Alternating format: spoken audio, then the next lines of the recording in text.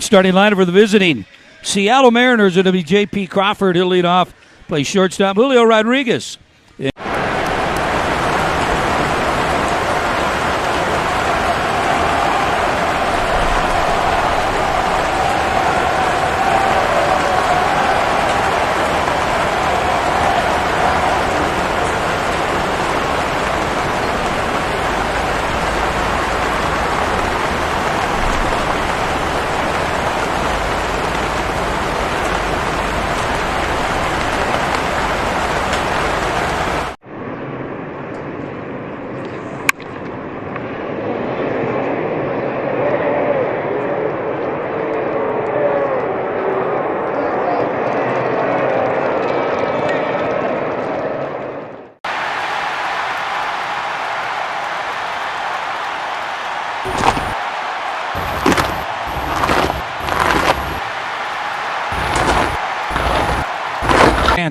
He'll bat sixth, play first base. Cody Clemens in the lineup at second base, bats seventh. Harrison Bader in left field bats eighth. Catching and batting ninth will be Christian Vasquez. Bailey Ober making his 16th start, 4-4 on the year. Again for your Twins, Buxton, Wallner lead. Larnach, Correa, France, Clemens, Bader, and Vasquez. Brennan Miller be calling balls and strikes. It'll be Jeremy Rehack at first base. Willie Traynor will be the umpire at second base, and crew chief Chris Conway, the umpire, at third base. Can't ask for a better night of baseball here. A lot of Seattle Mariner fans here. They travel well, of course. Twins need to get off the snide here with a big win here tonight, first of four against the Seattle Mariners. Get you started. Here's Chris Atterbury. All right, thank you very much, Danny. You are correct. It is an absolutely stupendous evening here. Great night for baseball, and this four-game series with the Mariners is brought to you by your local Toyota dealers. Let's go places. And the Twins hopefully going to the win column. Right now, some special folks are being introduced here. They're going to be part of the USA Games coming to Minnesota next summer. They're going to run out to the starting lineup positions here and be joined by their favorite Twin in a matter of moments. The Twins are 37-40, Seattle 39-37. Again, these two teams met to close up the month of May, and it was a dynamite series as two of the games went extra innings. It was nip and tuck, good pitching, clutch hitting, big crowds in Seattle. And since then, the calendar flipped to June, and both teams have struggled a little bit. There have been some changes, but the Mariners hoping to get healthy here after a big weekend in Chicago with the wind blowing out at Wrigley Field. And they've got a few new faces in this lineup, Danny, and Luke Raley, who was injured, he is back. Dominic Canzone is back, as Leody Taveras has been sent back down to AAA. And Cole Young, who debuted against the Twins, still trying to kind of find his footing as a major leaguer at second base. And it was Talese that was playing first base, not getting enough run production out of him. They kind of moved on from him. And like you said, Raley there, a guy that they hopefully can get hot here a little bit and get going here. Twins are going to take the field right now. And you talked about what they've done lately here. I've got them 8-11 since June 1st, and that's their first win the Twins had. And then they kind of rattled off about 5 losses, 1-1, lost 3 more. They're starting to get back into that win streak. They won 3, lost 1, 1-1. So they're trying to stay away from those long losing streaks, and that's key for a lot of the teams out there. In particular, if this team, Seattle, is going to end up catching Houston. What's funny about them with the streakiness is that generally a team that is built around such a very good rotation can avoid the long losing streaks, and yet they've had their hiccups. And just looking at some of the teams, though, they've been playing in that stretch. They had Minnesota, Baltimore, the Angels. They played Arizona, and they got swept by the Arizona Diamondbacks in Arizona. They had Cleveland. They won 3 from Cleveland. Then they had Boston and the Chicago Cubs. It'll be a good matchup here tonight. Again, these teams proving to be pretty evenly matched. Now, 6:40 start means the shadows will be a factor early. There's a big splash of sunshine across the middle of the diamond. Center fielder, right fielder in particular, they're in the sun. And the way this ballpark is built with that upper canopy, there's space between the canopy and the top section of seating. And that sun, Danny, comes right through that opening. And it's going to be a tough couple of innings for Buxton and Rodriguez in center, two of the finest defensive center fielders in the league. I've always said, your home field, yes, you should have an advantage there defensively. And Bucks played under these conditions for a little while here. It's just certain balls that leave the bat that really are going to be affected as an outfielder. Bailey Ober did start in that series in Seattle, and in fact, it was the beginning of this run in which he has struggled. He's 0-3 with a 7.59 in his last 4 starts. Left with a lead back on May 31st, but he only went 4 innings and change. He went 4 innings, gave up a double and a single, was lifted from the ballgame, watched Louis Varland buzz through Rodriguez, Raleigh, and the rest of the heart of the order to get him off the hook. The issue in that game was pitch count. He threw 97 pitches in 4 innings. And we'll see what Bailey can do here today as J.P. Crawford digs in, and we're underway. First pitch fouled straight back. Danny talks about first pitch strikes all the time, and it's 0-1. Especially important for Bailey is the command. That's where he has struggled. As this pitch popped up back at third base, Lee chasing after it. The wind pushing it back, and he makes a wonderful staggering over-the-shoulder catch in foul territory, running parallel to the chalk line with his numbers turned towards home plate. What a catch by Brooks Lee. A little bit of a funny route, but the bottom line is Brooks Lee caught that ball at the last minute. Boy, reached out on a dead run. And he had to dodge an umpire at third base and also the third base coach. Well, that was a wild play as he ran towards the wall, then back towards fair territory. As Rodriguez now the hitter, and Rodriguez takes low and outside. 1 ball, no strikes. The wind is swirling here today, and as evidenced by that pop-up, it's going to be a factor. The 1-0 is bounce foul for Rodriguez. It's 1-1. Julio having a solid, if not spectacular, year, but he is in a home run drought. Hasn't homered since May 27th. 101 at-bats without a home run, matching the longest drought of his career. Takes high, and it's 2-1. 2 for 8 against Bailey Ober in his career. Twins leave a big hole right up the middle with Correa in the hole at shortstop. A big swinging miss by Rodriguez, and the count 2-2.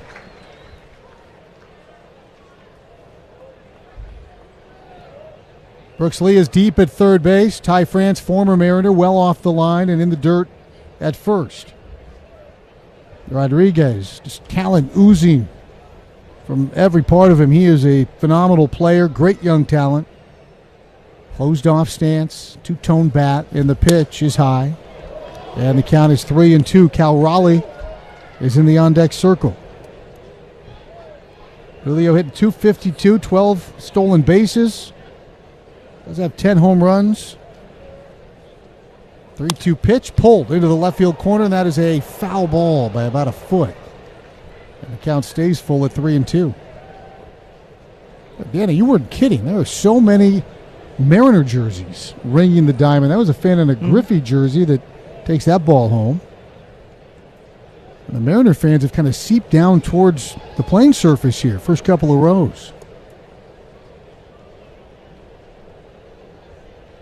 3-2 pitch on the way. And it's taken for a called strike 3. Down goes Rodriguez. Boy, the importance of that strikeout twofold. 1, out number 2, obviously. You don't want to walk Rodriguez, but you just don't want anybody on base for Cal Raleigh the way he is going. How about the pitch? It was a fastball inside. We've been talking all week about getting back to establishing hard stuff inside and see if that plays out here tonight. Raleigh's 1 for 8 against Ober. That one hit a home run, and he hits the first pitch foul up the first base line. Switch hitter batting left-handed. The numbers are staggering. So far this year, of his 31 home runs, 21 of them have come left-handed, 10 right-handed. And he is just obliterating all sorts of records. And he stings this one foul. The count is 0-2. The record for pre-All-Star break home runs is Barry Bonds at 39. The team record is Ken Griffey Jr. at 35. Raleigh's sitting at 31. Only 19 men have had more before the break. For switch hitters, the record was 29. Mickey Mantle, Lance Berkman, Jose Ramirez. That record now Cal Raleigh's. And Raleigh takes low, 1 ball, 2 strikes. All 4 of his hits against the Twins were home runs. He awaits left-handed, and he takes down and in, 2-2.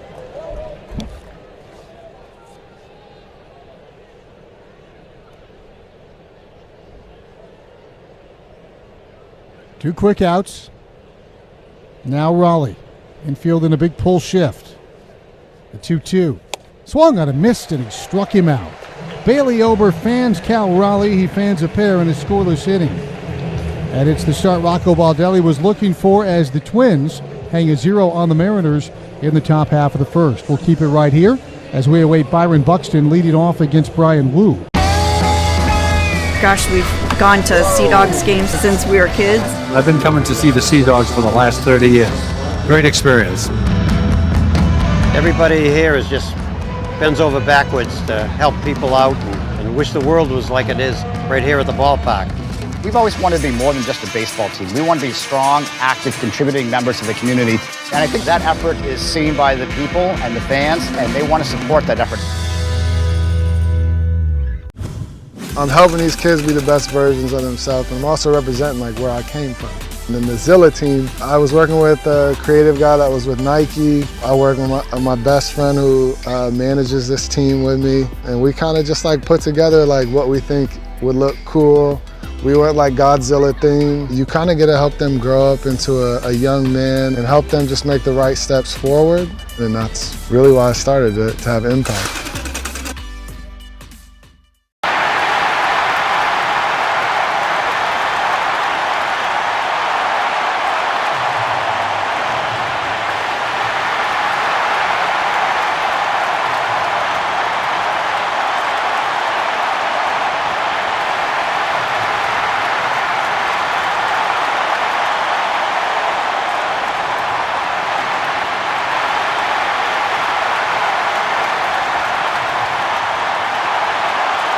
He's on target. The Dodgers third baseman 2 for 4, drove in 7 yesterday in a 13-7 win over Washington.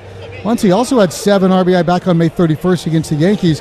It's the fewest number of days between games with 7 or more RBI since Ralph Kiner in 1951 did it 14 days apart. Brought to you by Target, proud partner of the Twins. That's a deep cut from Riley and Andrew. That's good work.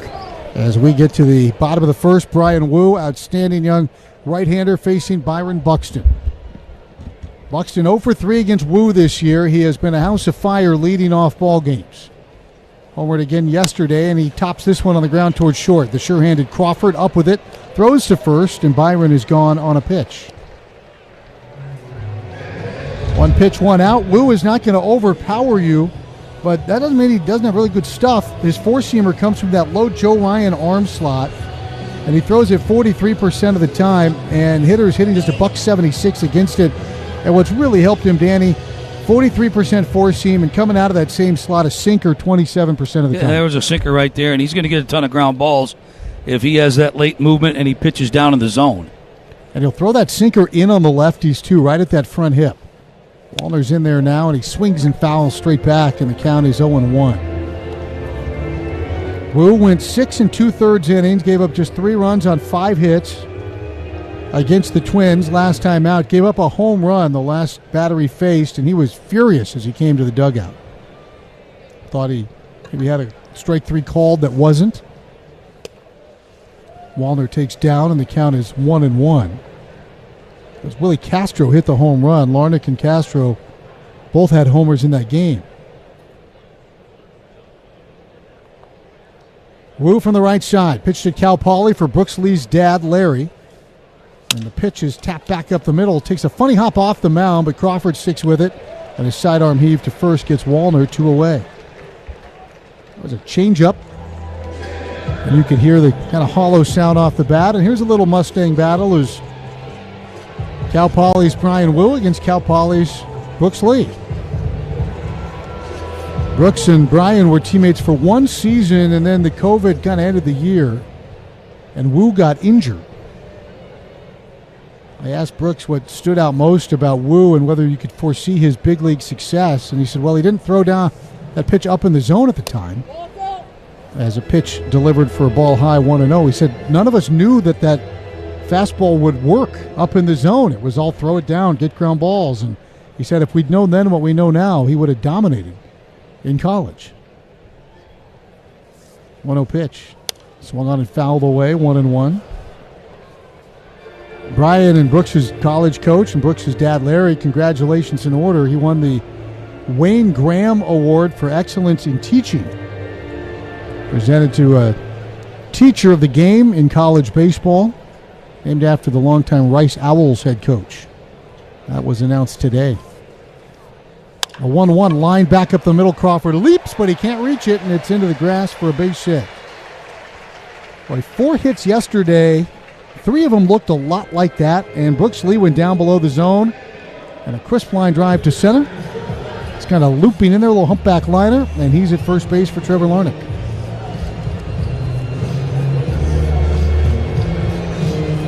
Larnach homered off of Wu the last time they met.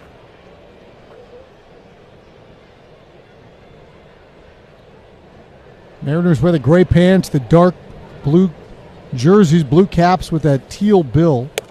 The pitch high and the count is 1-0. I guess they call that, what is it, Northwest Green? Yep. They call it.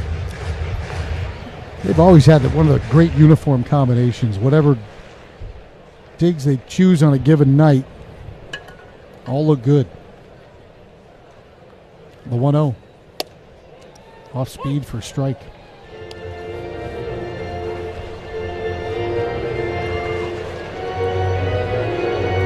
Twins looking to capitalize early. Bailey Ober throws up a 0 in the first inning. 2-out hit here for Brooks Lee. Wu is stingy, and he misses downstairs. What you like about Wu also, he'll be out there for a while. He has made 14 straight starts going 6 innings or more. Every single time he's posted this year, he's gone at least 6 innings. Only Randy Johnson, Mark Langston, longer stretches to start a Mariners season of 6 inning or more starts. The 2-1. Swung on and missed, and down and in. The slider. 2-2. Well, if you're a bullpen guy, you come to the ballpark, you know who's pitching. Hey, I don't have to worry about till the 6th inning. Yeah, tennis shoes early. Yeah.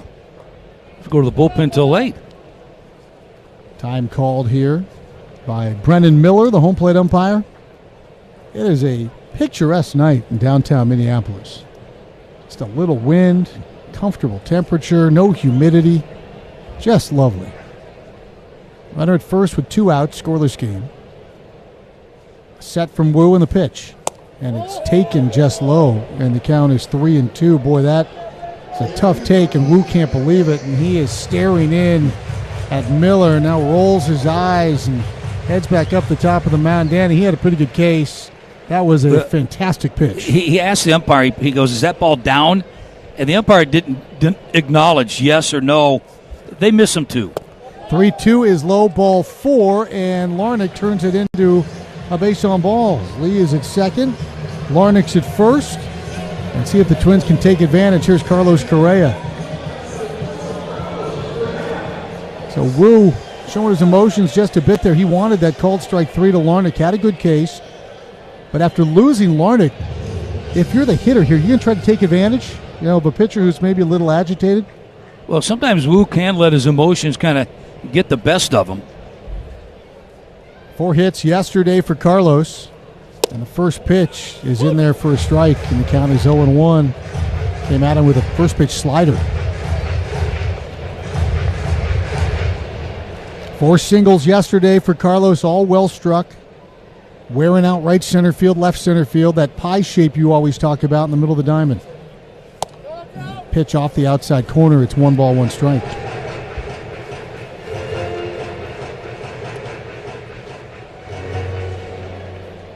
Brooks Lee at second base, bathed in sunshine, now wanders off into the shadow.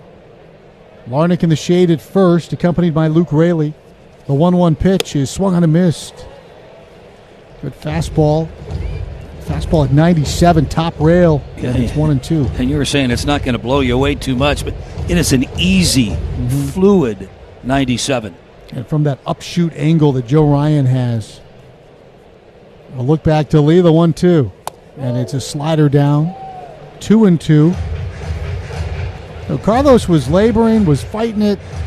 He had the 2-walk game in the rain-shortened game in Cincinnati. 3 hits the next day. They tied him up for the first 2 days against Milwaukee, but he had the 4 clean hits last night, and he looked much more himself. Driving balls to right center, not popping the ball up in the air. 3 of the 4 over 100 off the bat, and everything a crisp line drive. Could use one here.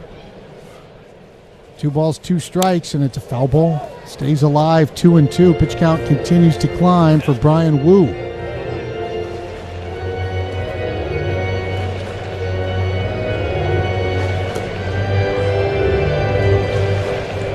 Williamson, a vacuum cleaner at third. Very good defensive player. Crawford, sure-handed. The rookie Young is at second. Rayleigh just off the IL at first. Breaking ball swung on and missed. Carlos Correa whiffs. And the inning is over. A big sweeper, one of the few that Wu offered there in opening inning number 1.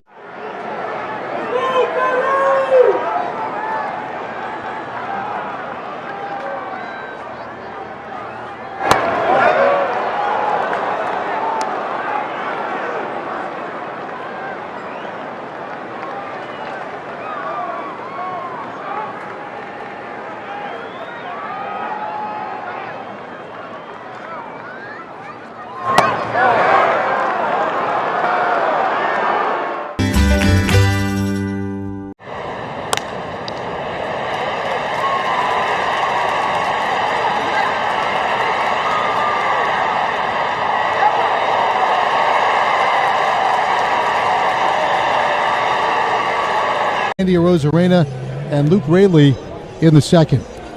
Well, the 2025 Pro Spirit MLB All-Star Ballot is live. Send your favorite Twins to Atlanta by going to twins.com/vote. Each vote will enter you into a sweepstakes for a chance to win 4 Champions Club seats to the Twins game scheduled to take place on September 2nd. Polanco batting from the left side, and Jorge takes wide, 1 ball and no strikes. In the history of this ballpark, only Mauer, Kepler, and Dozier more base hits than Jorge Polanco. There's a strike called, and the count is 1-1. As far as runs batted in, well, he's third on that list. Swings and misses, and the count is 1-2. It's been a wild ride for Jorge. In April, hit .384, OPS over 1,200, 9 homers, and it was like, oh my goodness. In May, he had a .139, OPS of .413, 1 homer. Now in June, he's hitting .250, OPS at .630, 1 homer. Lines this one sharply to second to Anee Clemens. Loves it, and from the sun, he throws to first to retire Jorge. And there's 1 away for Arozarena. There's still some good baseball left in him. Agree. What's going to help him out is the fact that he's going to DH a little bit. They tried to slide him over to third base a little bit, but I think defensively, with the ankle and the surgeries he's had over the years, he's best off for that DH spot in this club. First pitch to Arozarena is up and out of the zone. 1 ball, no strikes. As Gino mentioned, he's never played a game here without getting a hit. 12 for 12. He fouls this one straight back, peeling it into the net. It's 1-1. Riding a 4-game hitting streak. 7 for his last 17 with 5 doubles of those 7 hits. Pitch swung on a miss, tied him up with a beautiful changeup, and it's 1-2. Think about Randy. He never gets out of the box. He's not out there walking around. He's just like, throw another one. Little waggle to his bat, and he watches low, and the count is 2-2. Yeah, he wants to hurry up and go. He wants that pitcher to, hey, I'm ready to go. You're ready to go. Ober steps into his line and delivers. Swung on, foul tipped, caught by Vasquez, and that's out number 2. Arozarena thought it hit the dirt. Vasquez caught it and quickly whipped it around the horn, so they couldn't check the baseball. Arozarena turning back and asking Brennan Miller if that hit the dirt, and Vasquez just looked up at him and said, hey, I caught it. He did not. He said, hey, get out of here. Take a left, go to the dugout. He did catch it. Luke Rayleigh swings and misses in the count 0-1. Luke missed the first series against the Twins. He missed the bulk of the season early on with an oblique injury that incurred during batting practice. Big left-handed hitter, takes a strike 0-2. I think that's normally when you get that oblique injury is when you kind of swing and miss. 0-2, down and away, 1-2. You think about it when the pitchers get theirs, it's usually kind of a throwing motion, a quick twitch of that core. 1 ball, 2 strikes, 2 out. Long hold and the pitch. That one hit him right on the foot. Bailey didn't want to do that. First base runner is Rayleigh. He's a big guy, but he can run. He's at first base. And Dominic Canzone, on the heels of his first career multi-homer game yesterday, will be the hitter. You know, Rayleigh was drafted by the Dodgers and traded to the Twins with Logan Forsythe and Devin Smeltzer in the Dozier deal back in 2018. Twins loved Rayleigh. And he injured his ankle right on the cusp of a potential call-up. I think he was sliding into a base. It was a pitch wide, 1-0. So he never made the big leagues with the Twins, and then he was traded with Brusdar Graterol back to the Dodgers for Kenta Maeda and Jair Camargo. Here's the pitch. And Canzone takes a strike, and the count is 1-1. Has been then with the Rays and the Mariners. He was traded to Seattle from Tampa for Jose Caballero. They're fine young shortstop. Scoreless baseball, 2 outs, 1 on, and a pitch chopped to the right side for Clemens, who scoops it off the dirt, throws to first, and the inning is done. Ober hits a man, but nothing more after 1.5. Still scoreless on your home for Twins baseball. Some things sound better on the...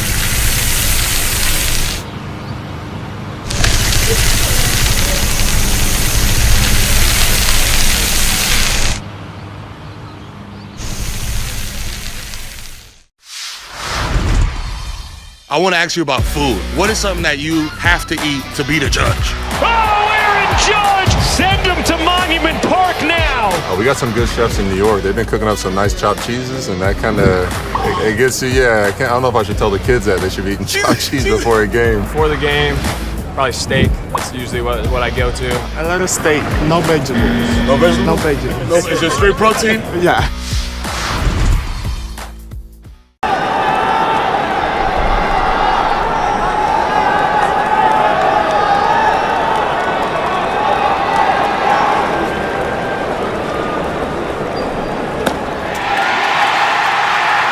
Corona, La Playa awaits. Relax responsibly. Corona Extra Beer, imported by Crown Imports, Chicago, Illinois. You're listening to the Treasure Island Baseball Network. Well, Ty France leads off against his former club. Brian Wu gave up a hit and a walk in the first, but no damage. It's scoreless baseball, home second. Wu delivers and France takes high. 1 ball, no strikes.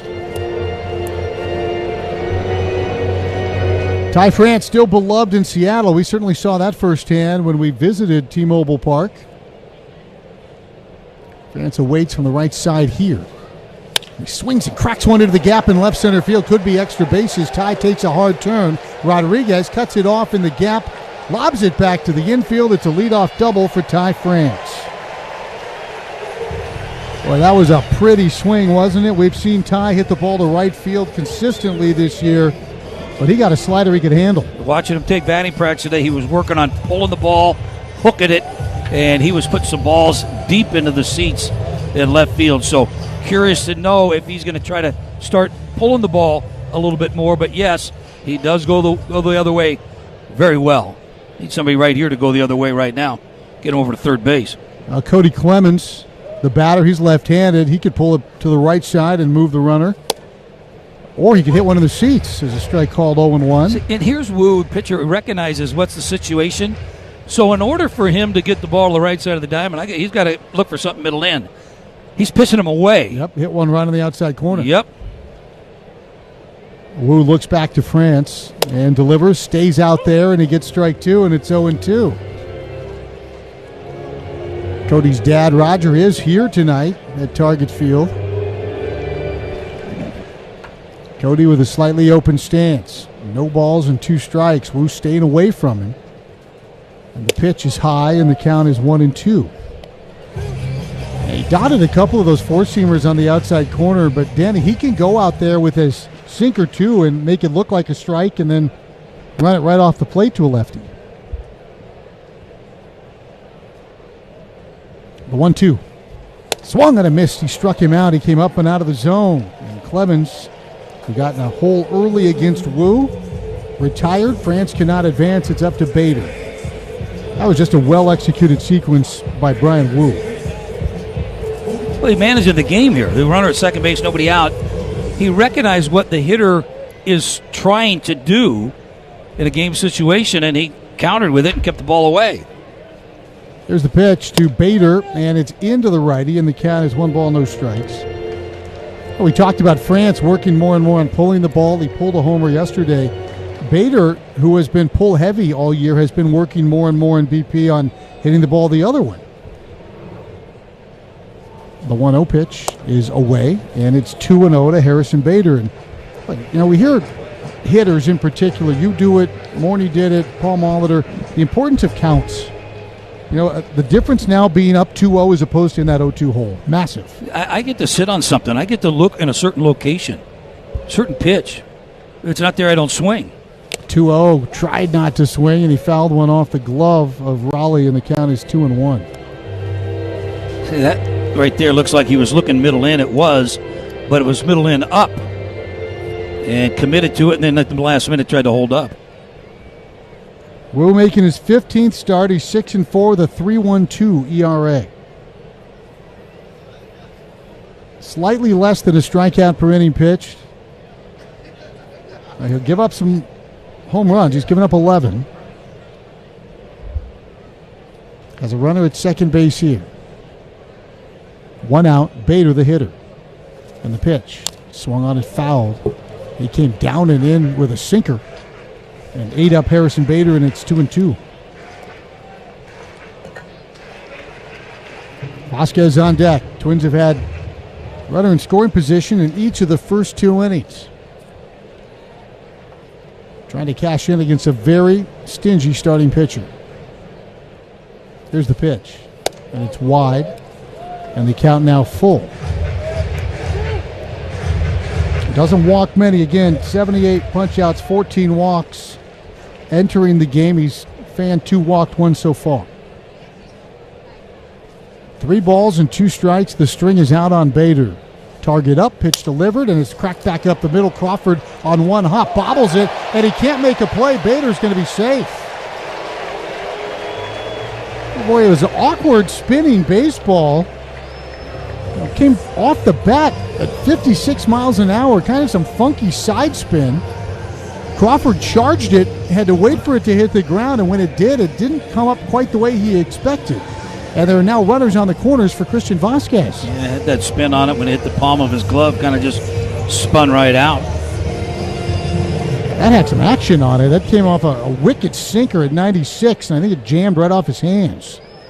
And Bader with the good speed obviously left Crawford no room for error, and Twins the benefit. They're on the corners now for Vasquez. Buxton on deck. First pitch down and away, 1 ball, no strikes. And they're looking to roll Vasquez over. He's rolled 6 double plays this year, Brian Wu. Didn't take the bait there on pitch 1. Error charge to Crawford. Twins on the corners. They play back for 2 and a swinging foul tip, and the count is 1-1. A lot of times, and we've seen it with the Twins, they'll play in spots like this early in games. But Mariners are going to lay back. Taken out for the run. Figure a lot of game left. Vasquez awaits. And strike called. It's 1-2. Christian is 1 for his last 21 since homering against Toronto, and that 1 hit came off position player Jake Bowers. It hit some balls hard the other day. Had the best drive off Mizorowski until the Wallner home run. Hit one all the way to the wall in left center field. That would be deep enough to score France from third. Rosarena fairly shallow in left.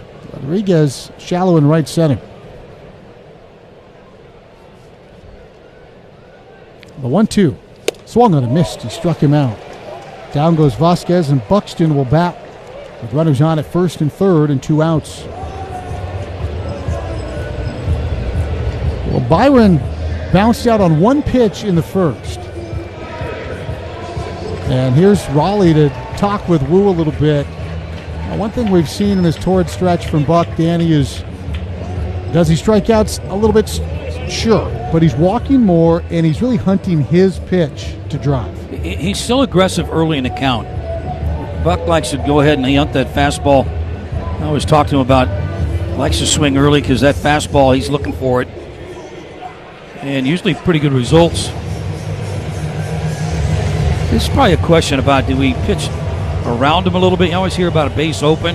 Happens to be at second base, or maybe looking at the guy in the on-deck circle and Matt Wallner. Does it match up better for Wu against Wallner or Buxton? Or what do you want to throw here? You want to come right after him? You look at Byron and what he's been doing, what he can do. To me, forcing, if you're going to throw it, has to be way up out of the zone, and the slider has to be off the plate away. Runners on the corners. Wu shrugs his shoulders dramatically and pitches, and he delivers down and away with a sinker. Tried a backdoor sinker action. It stayed low. 1 ball, no strikes. Big spot here for Byron. Paces the Twins in pretty much every offensive category. He's driven in 47 runs on the year. He has 2 on and 2 out. He watches off the plate away again with a sinker, and it's 2-0. In the 19 games he's played since the concussion, 7 home runs and 20 runs batted in, the OPS over 1,100. He's always hit Seattle well. Pitch delivered, chop foul, third base line. That was part of the plate, a sinker. Just missed it, 2-1. So 3 straight sinkers. 23 games against the Mariners, the last 23, 28 runs batted in for Byron. Trying to add to that total. Short lead for France at third. Bader at first. And the pitch. Swung on a miss. And there's a fastball at 97. That was the 4-seam inside. Hasn't shown him a slider yet, Danny. And this would be the prime count to do it. You got a pitch to work with. Don't have to throw it over. Yeah, if he presents it well. Wu, first base shot of the rubber. Pulls the leg. Delivers, swung on a miss. He struck him out. It was a fastball off the plate away. So Wu fans Buxton. In fact, he fans 3 in the second. Twins strand him at the corners. We played 2. A sartorial issue here. There's the team name, Chicago Cubs, so it does work. It's got the right color. Yeah, it's gray. Maybe there was something went wrong with his other one. 1-1 to Marte. In the air, right to the guy we just showed you.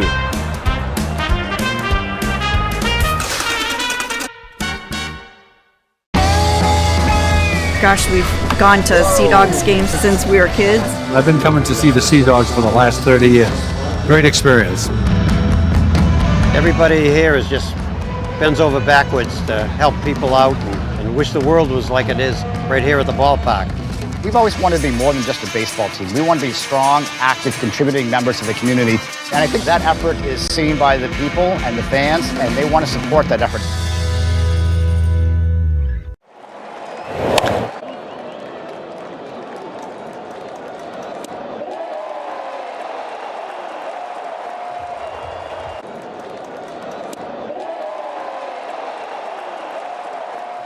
To be in, the middle of New York to display a card like this is really such a big part of the Fanatics mission. We think about how do we create new experiences. Now we get the opportunity to put incredible Holy Grail cards in front of tens of thousands, if not millions of new people. It's not just about collectors today, but also about how do we bring new collectors into the space as well. It's really what we do it all for.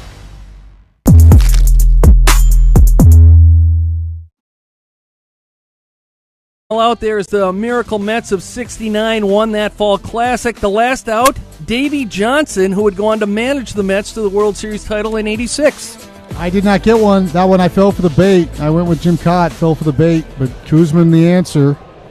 As we go to the top of the third, in the bottom part of the order for Seattle, Ben Williamson leads off and takes a strike from Bailey Ober.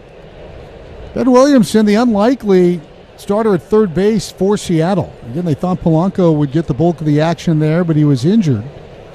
Couldn't play defensively for a while, and Williamson took over and hasn't let go as he fouls one into the upper deck. He was a 4-year player at William & Mary. Made it up to Double-A last year, his first full year. And suddenly this season he's the guy. Doesn't hit a ton, catches everything, doesn't have great range, but again, sure-handed. He fouls one down the right field line, and the count stays at 0-2. Williamson hitting .249. He has just one home run, 13 runs batted in. His OPS is under 600, so it's not exactly the offensive production you'd be looking for at the hot corner. But Dan Wilson loves the steady hand he's provided defensively. Also owns Ober, 2 for 2 against Bailey in that start back in Seattle. He watches down and away. It's 1 ball, 2 strikes. Williamson, then Cole Young, the rookie, followed by Crawford. Check at a pitch off the plate away. Did he go? No, says first base umpire Jeremy Rehack. And it's 2-2 as he wouldn't chase after that slider.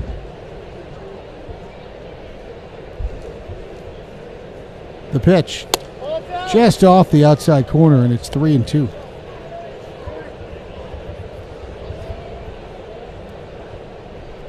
Last thing you want to do is walk the light-hitting Williamson. 2-2 pitch, swung on and skips off the mound and into center field for a base hit. So much for light hitting. Williamson now 3 for 3 in his career off of Bailey Ober. He has the first Mariners hit of the ball game. And Ben goes to first base as his fine rookie season continues. Cole Young, fellow rookie, will be the batter. We were talking about light hitting in the bottom third of the lineup. We were talking about that with the Milwaukee Brewers here. Those guys crushed. They absolutely crushed all series long. Cole Young bats left-handed. We were there for his debut at T-Mobile Park. His family was there from the Pittsburgh area. It's Young, a little excuse-me roller towards shortstop, picked up by Correa. Long throw, skips past France all the way to the wall. The lead runner Williamson goes to third, and there are runners on at first and third, and nobody out here in the Mariners' half of the inning. It was a little excuse-me swing, almost a check swing, not unlike the ball Brooks Lee hit through the vacant left side of the diamond for an RBI yesterday. And Correa was starting towards second base. He recovered, went back, picked it up on the fly, threw back across his body. Probably going to be a hit for Young and an error on Correa. You know, that again, that was going up the middle, and Correa was there, and it kind of deflected off the mound a little bit. And then Carlos realized nobody at second base. I got to get the out at first. A little bit of a low throw. And that allowed Williamson to get to third. So they're on the corners now for Crawford. And again, the bottom of the order doing damage for a Twins opponent. As the first pitch is high, 1 ball, no strikes. Cole Young got his first ever big league hit off of the Twins, and it was a game winner. It looked like a fielder's choice. They scored it a hit. And that walk-off celebration, that was Cole Sands on the mound. Here's the 1-0. On the ground foul, first base line, 1-1. Well, the Twins have had opportunities with runners in scoring position in each of 2 innings. And now the Mariners presented with one.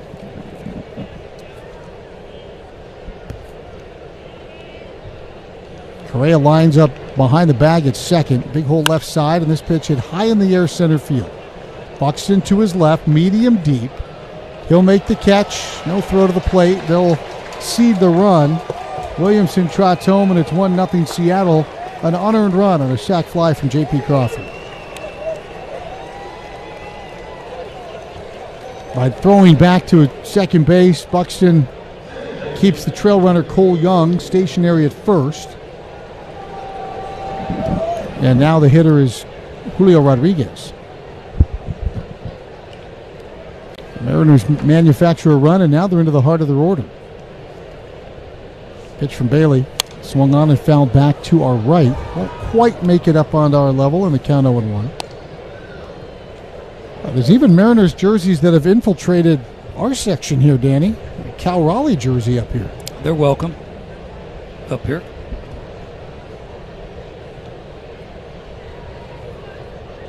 All are welcome up here. The 0-1. Foul ball off the hands over the Twins dugout, 0-2. Got a guy to Savannah Bananas shirt representing here. We're going to have to check and find out if our buddy Rex Hudler's son made that team. He was trying out for the Bananas. No balls and 2 strikes. 1 out, 1 on.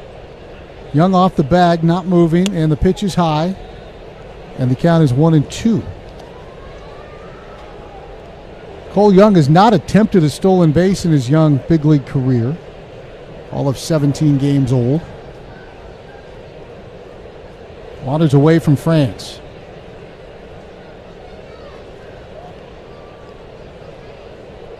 Here's the pitch.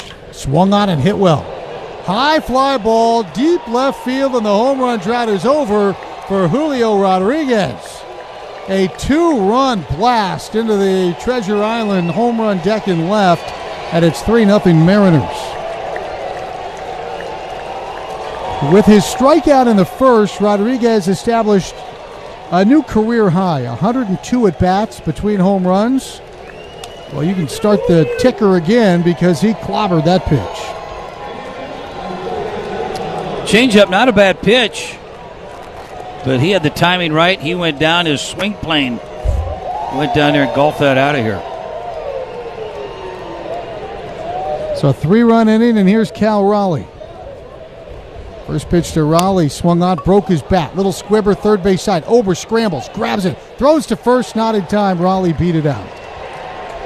Well, Raleigh's having the season of a lifetime, and it's a break or two along the way, including that broken bat, swinging bunt base hit as he hustled down the line to safely reach first in advance of Ober's throw. Nothing more Bailey could have done. Pete Mackey's going to come out and talk to the big fella, also give him a chance to catch his breath. That pitch was at the bottom of the zone, Danny. Good changeup. And it exploded his bat. Don't often see a bat get blown up on a changeup. It happens like that because the bats, he has a cupped bat where they take some weight out the end of it. So it's got a little cup on the top of it. And when you're swinging, the ball hits that half of that cup. And then that's where it splits it right down the middle of the bat. Well, elevate your gaming experience as a member of Treasure Island's Passport Club. Join for free and you'll receive access to exclusive benefits, promotions, and more. Visit TICasino.com for details. Bailey's kind of been touched up a little bit for the long ball this year. He's given up now 15. 3-0 lead for Seattle. Here's Polanco. Bounced out to second in his first trip. And the pitch taken wide, 1 ball, no strikes. And obviously the pitching has been an issue lately, especially on the homestand. But the way this one has evolved, just look at the opportunities the Twins had to give Bailey an early lead. And when they didn't take advantage, the Mariners did. So pitch for a strike, and the count is 1-1. The Twins were the recipients of an error. They had a leadoff double. They had a couple of walks. Haven't been able to push a run across.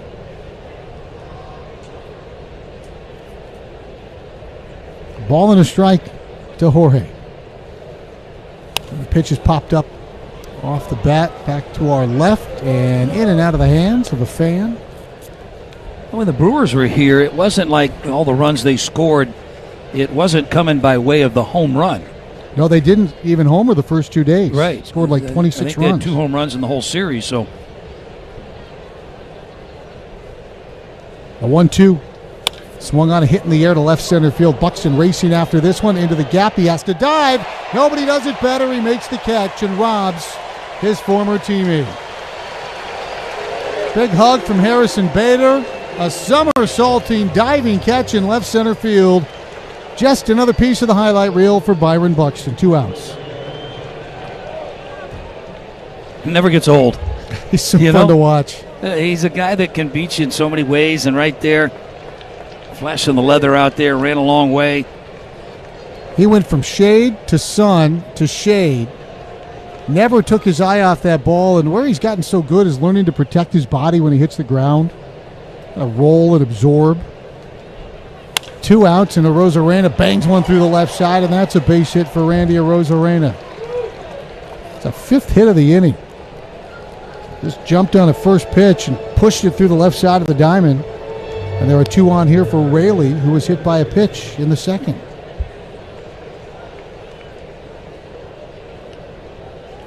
Well, your outfielder picks you up like that, you got to go ahead and finish off the inning.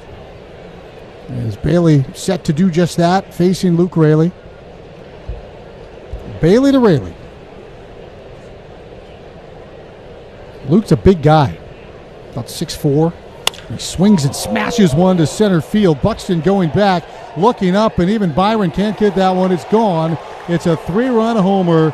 It's now a 6-0 Mariner lead.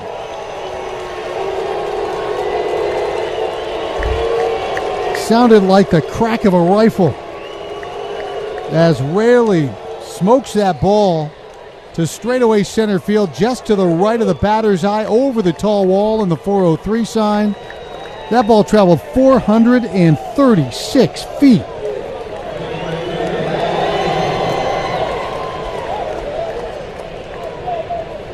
It started promising.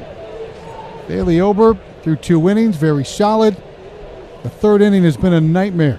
The 9th man to bat is Canzone, and he takes a ball, 1 ball, no strikes. And it all started with the bottom part of this order here, and then second time through the lineup, adjustments by a good team. Seattle.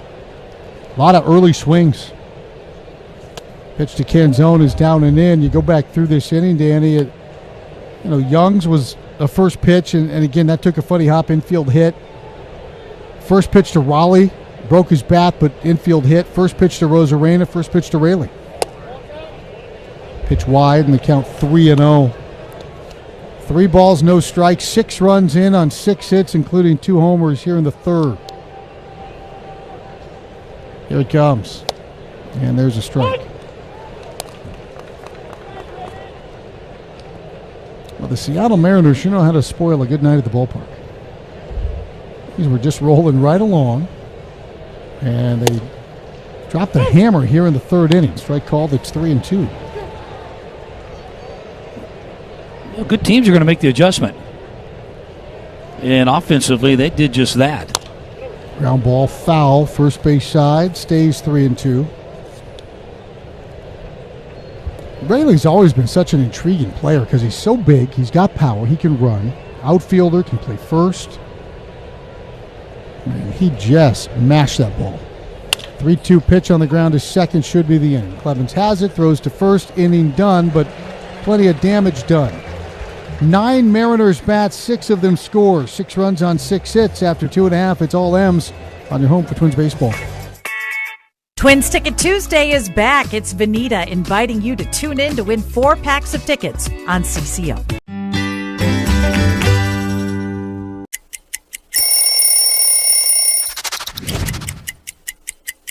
The beauty of this jersey is the field, the texture, the thin, the stitching is heavy, so you kind of feel that jersey that was very heavy. Check it out, the last name and the number, they have a little glitter on them, so they kind of stack up. It just feels right.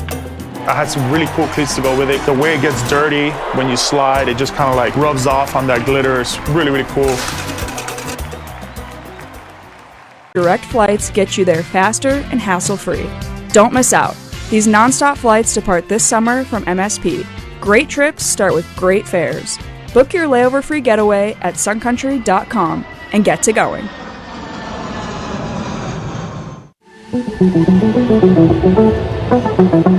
Well, work to do for the Twins. They dig themselves a 6-0 hole. Matt Wallner leads off, home third.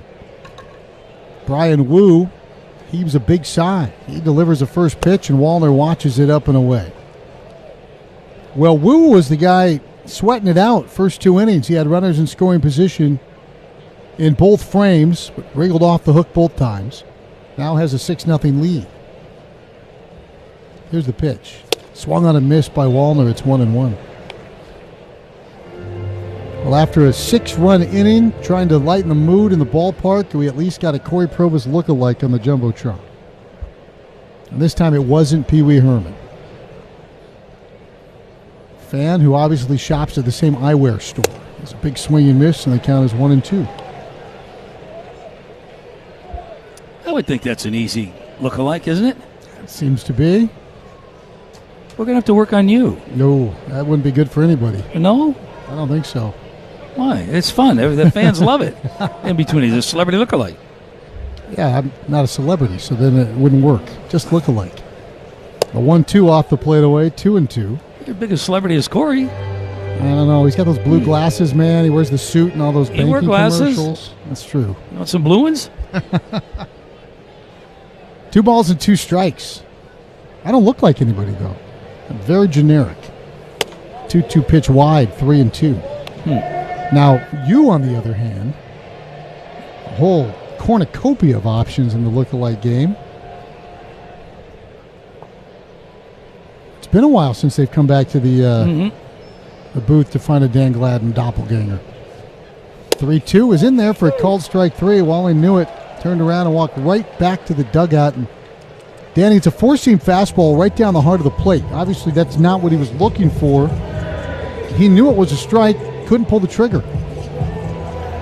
Well, I know he has other pitches that he can feature there, but I'm looking for the fastball 3-2, and then I'd try to adjust to anything off of that.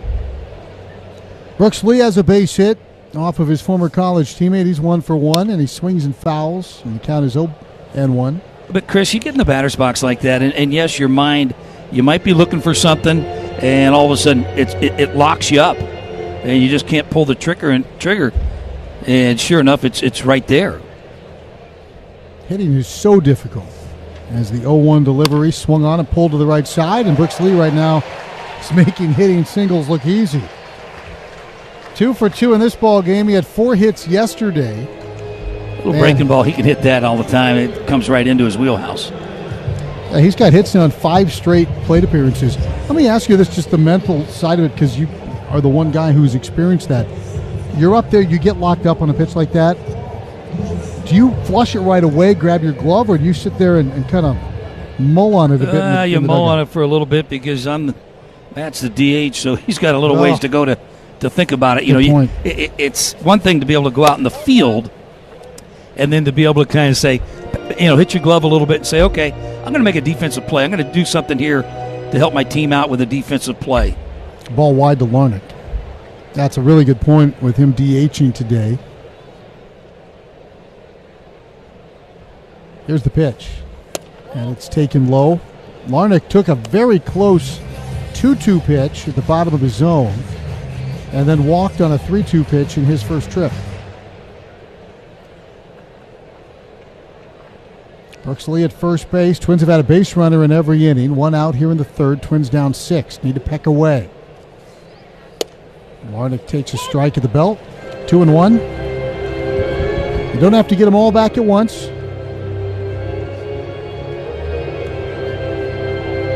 A spirited comeback fall just short. Yesterday, the Twins nearly erased a 6-run deficit, and that was in the 4th inning. Larnach smacks this one back up the middle, and that's a base hit. Lee reads it well, but watches Rodriguez get to that ball in a hurry, so he's unable to advance to third base.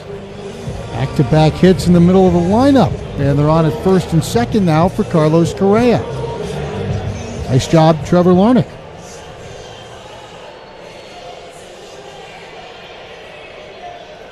Brian Wu kind of taking his time to get to the back of the mound.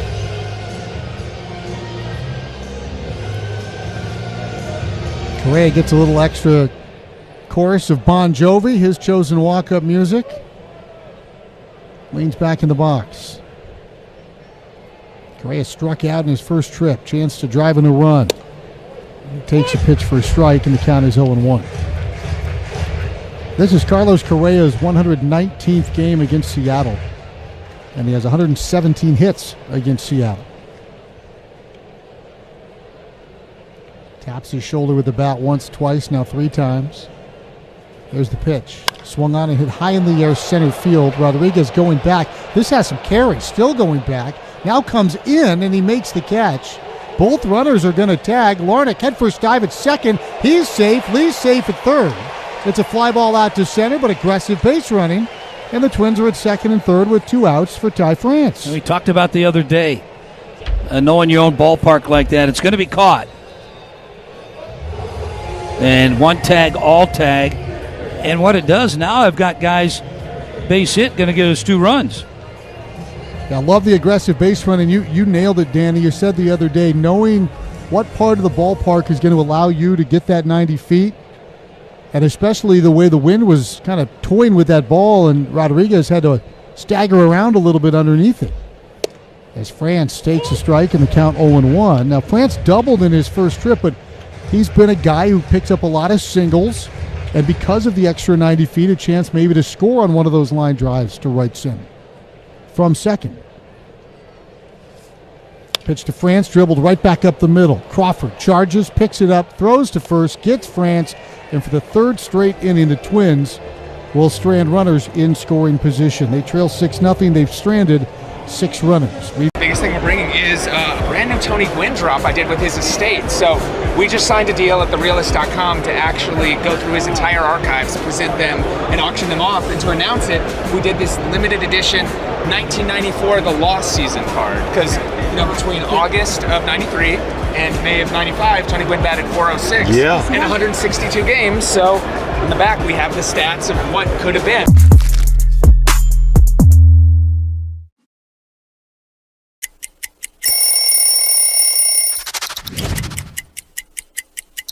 St. Louis Cardinals, one of the cleanest jerseys in the game. I've always felt that way. And, the birds on the bat, just an iconic logo. I mean, look how rich that yellowish gold is in the bat. All the stitching with the birds. I've just always thought it's one of the best looks in the game. 35 is the number I wore in my Major League debut. I actually think this might be the jersey from my Major League debut. So that was 2010, May 29th.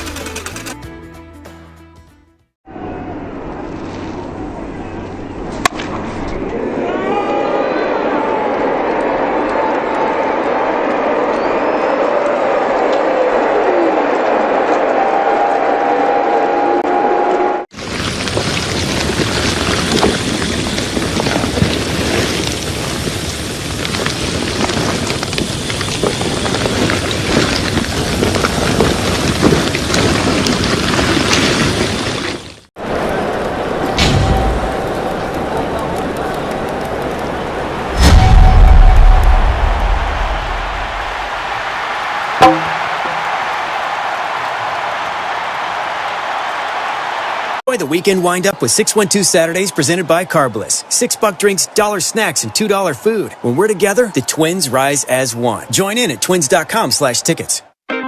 This is the Treasure Island Baseball Network. This portion of Twins Baseball is brought to you by United Healthcare, your hometown health plan. Learn more at uhc.com. To the fourth, Dan Gladden. Well, thank you, Chris. Good evening, everybody. First pitch from Bailey Ober.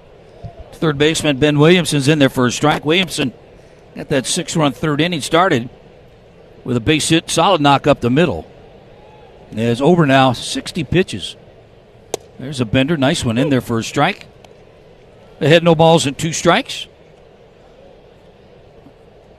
Williamson, 35 games at third base, 1 homer, 13 driven in. And a pitch. Swung on a miss, got him, nice job. Strike 1. Got him on a breaking ball and then finished him off with a breaking ball. There's the 4th strikeout for Bailey. Here's Cole Young to bat. Had a base hit. And Carlos was charged with an error on the throw to first. And here it is. High strike in there.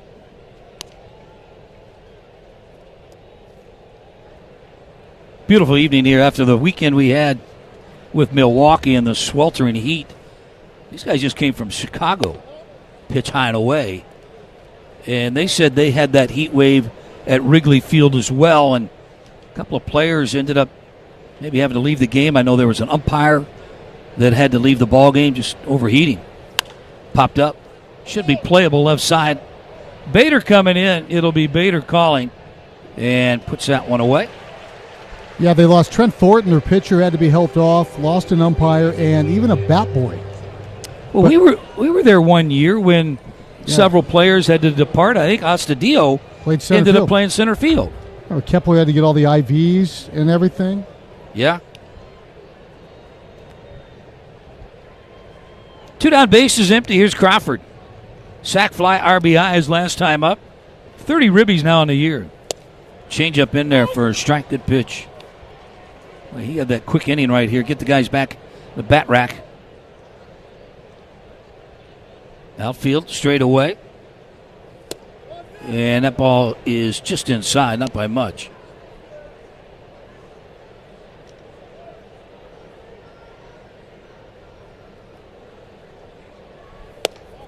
As Ober delivers high. 2 balls and 1 strike. J.P. Crawford.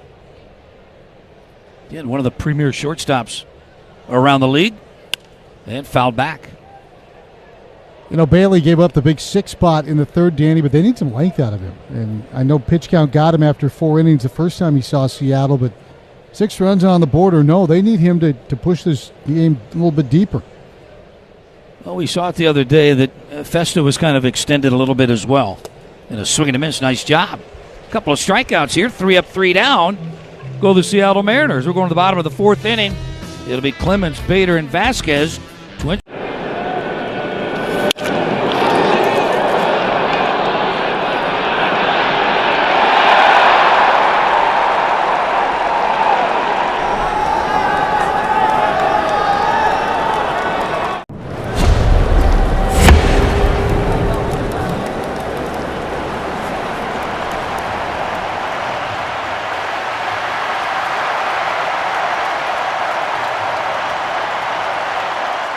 I can't imagine transitioning from loving baseball cards to then knowing it's inevitably coming that you're going to be on baseball cards. What was that moment like for you?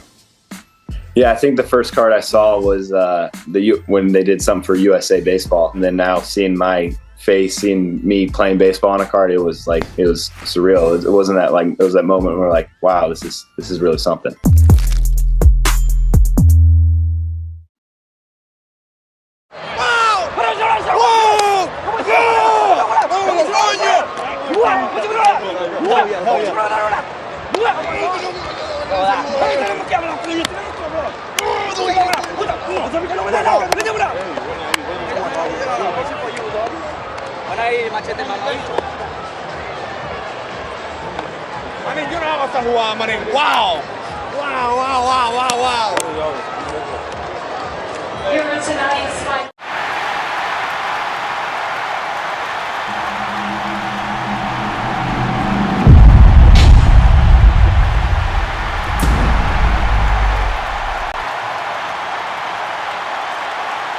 That's simple human sense.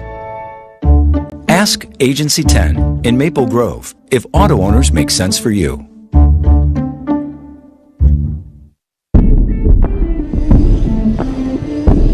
Hey, back here at Target Field, Mariners up early, 6-0. It'll be hitters 7, 8, 9. It'll be Cody Clemens went down swinging his first time up. Brian Wu, the right-hander, giving up 4 hits. Twins have had men on. And the first pitch is in there for a strike. Brian Wu, 25-year-old right-hander. Did not pitch in 2021, had some right elbow surgery. And 0-1. Swung on a miss, Tardy. No balls and 2 strikes. Face of the Twins for the second time. Went 6 2/3 last time out. Gave up 3 runs on 6 hits. Bader due up next. And a swing and a miss. Got him. Fastball up and away. 6 strikeouts. Now for Wu, his season high punch-outs is 8. Career high is 9.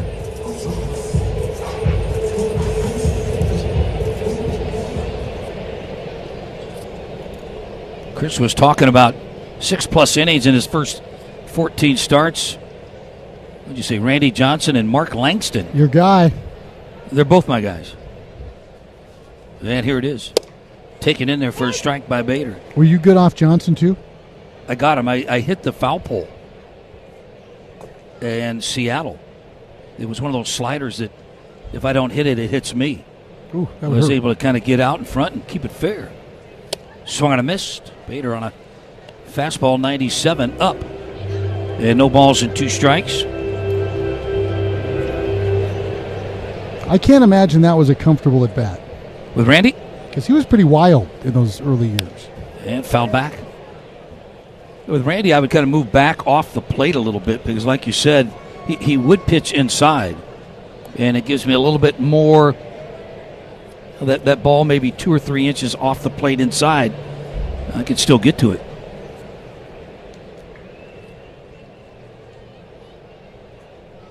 Bader bats with a count of no balls and 2 strikes. Swung on a foul tip, hung on by Raleigh, the catcher, so back-to-back strikeouts. 7 now on the night. I want to point out that you saw Randy Johnson a lot. 10th most plate appearances of anybody you saw in your big league career. You hit 323 off of him. You slugged 484. He got you 5 times with the strikeout, but you walked 5 times. You drove in 7 runs. A couple of doubles and a home run. And a home run? Yeah. This was fouled off the bat of Vasquez. It's something to say about getting the Hall of Famer guys. Well, yeah, I look at the guys you really got. Jack Morris. Yeah. Jim Abbott. Saberhagen. You were good against Saberhagen. They get Clemens? Clemens, you were Nolan good against Ryan? Clemens. Yeah. That was popped up left side. Might be playable. Nope. It'll end up in the seats. No balls and 2 strikes. It's funny because it's the Jose Quintanas, the soft throwing left-handers that you had trouble with. Couldn't figure those guys out. Vasquez reached. Buxton would bat next. Vasquez and all no balls and 2 strikes. With a right-hander, he's at 65 pitches. Roxon delivers. Swung on a miss, got him on an elevated fastball. So Wu strikes out the side here in the bottom of the 4th. 6-0 Seattle. We'll be back. You're listening to Twins Baseball. Twins. So these is MLB Network talent stars. Okay. The stars of MLB Network. Can I trade a pack of these for a signed Lawrence Shahadi card? How about we do a little bit of both? Money, a little trade. Will you open it up and see if you like it? They're really nice. If I sign it, does that equal the Lawrence Shahadi 20? All right. Do we have a good trade? We have a good trade. Thank you so much. That was fun. Nice doing business with you.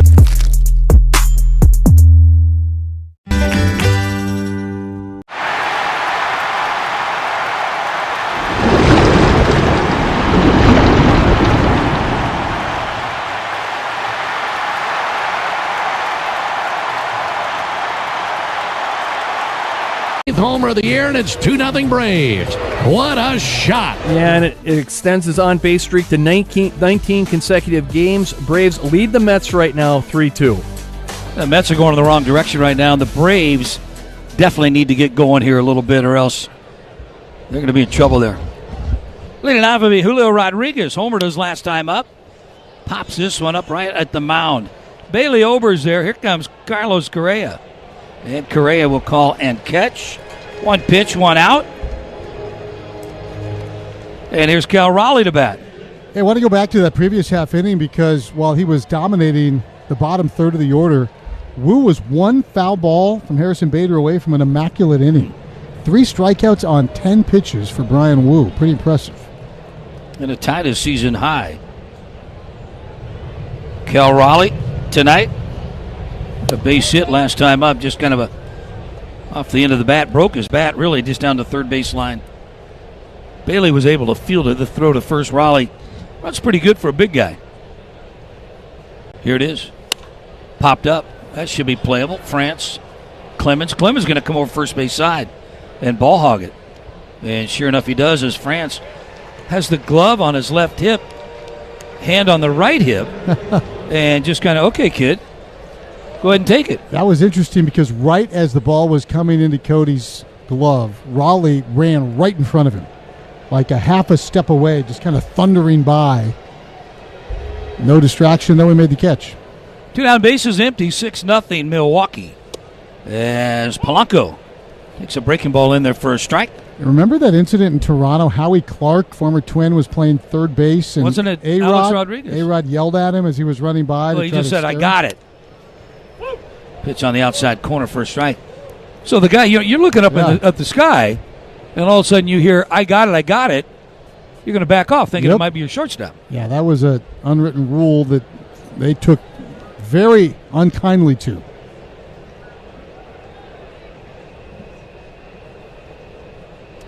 Need one more strike, get the guys back in the dugout. Over taking a long time, and now here comes Vasquez. Now that's a situation where, hey, I call for a pitch. Ober says nope. I call for the pitch. He says no. I'm going to call timeout and go say, well, what do you want to throw? And we're going to find out here. Ready to go? Here it is. A pop-up and a breaking ball. Let's see if France can get this one. He puts his right hand out, tells Clemens, no, I got it. And then turns around and flips him the ball. So a 3-up, 3-down inning. Nice job. Back-to-back. 3-up, 3-down for Bailey Ober. I'm going to go check out Food Truck Row. So, what did you guys get today? Philly cheesesteaks. Both of you got the same thing. Are they that good? Oh, yeah. Got a hot dog and some fries. Just kind of basic ballpark. Chicken bacon sandwich. Uh-huh. Philly cheesesteak. Okay. And some Crinkle cut fries. Okay, where are you guys from? We're from Dallas. Dallas. That's what's fun about baseball. It brings different regions together, not just the ball and glove and bat, but what we're eating. All right, Ryan, PSA dove in. Do we have them graded? We do. This is the first set of graded cards from the 2024 Topps MLB Network set. I'm so excited about this. Yeah. Now, they all have the same grade, or? No. So one of us will be like the highest graded card. Could be. There could be multiple. So first up, we got Mark DeRosa. See what he wrote. Of course, D-Rose a 10 out of 10. Handsome, athletic. All right.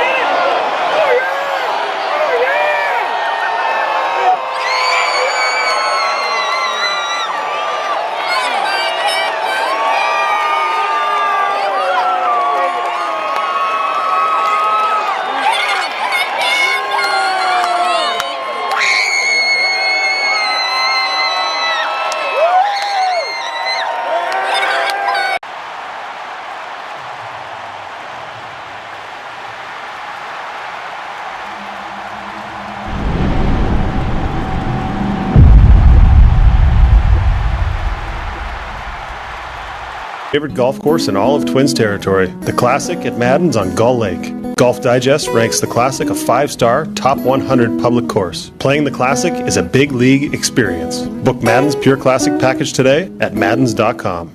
You're listening to the Treasure Island Baseball Network. Hey, Twins need some offense. They're down 6-0. Byron Buxton leads off. Buck tonight, for 2 ground out and a strikeout. Wu delivers and a swing and a miss. Well, he's been able to kind of get that 95, 96 mile an hour fastball in on the hands of Buck, and now Buck's going to call timeout.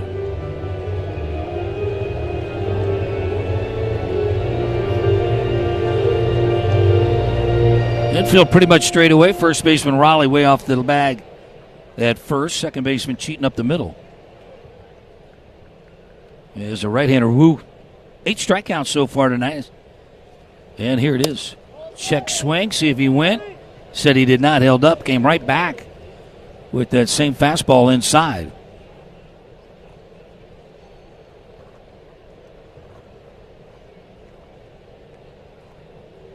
Buck, a pretty good homestand. As Wu's 1-1 pitch on the way. Fouled back again, in on the hands. And now Buck, 1 ball, 2 strikes. Buck with a couple home runs, went 4 for 10 against the Milwaukee Brewers.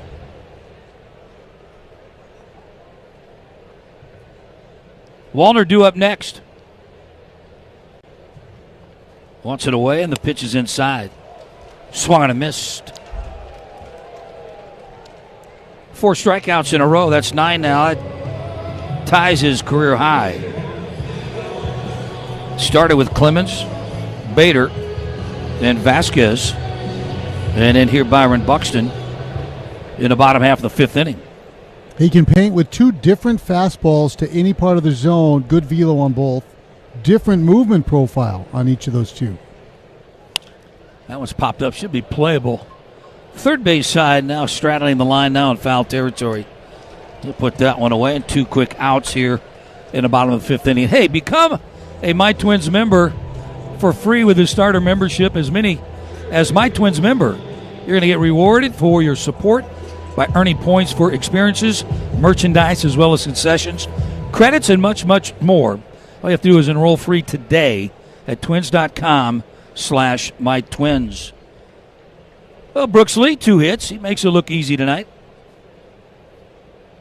And that one's popped up. Foul territory, third base side. Coach's box and puts it away, and that is another 1-2-3 inning for Brian Rue. 5 in the books, 6-0 Seattle. You're listening to Twins Baseball. Do you guys make your own brisket here? Yes, we do.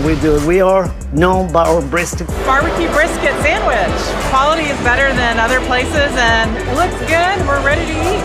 We go to an average 500 briskets per game. We hear a lot from our fans. They want to try something with wrap, easy to eat. So we say, well, let's do like a, brisket, wrap, and an egg roll. That's beautiful. You get the gold medal for culinary brisketry here in Texas. Yes.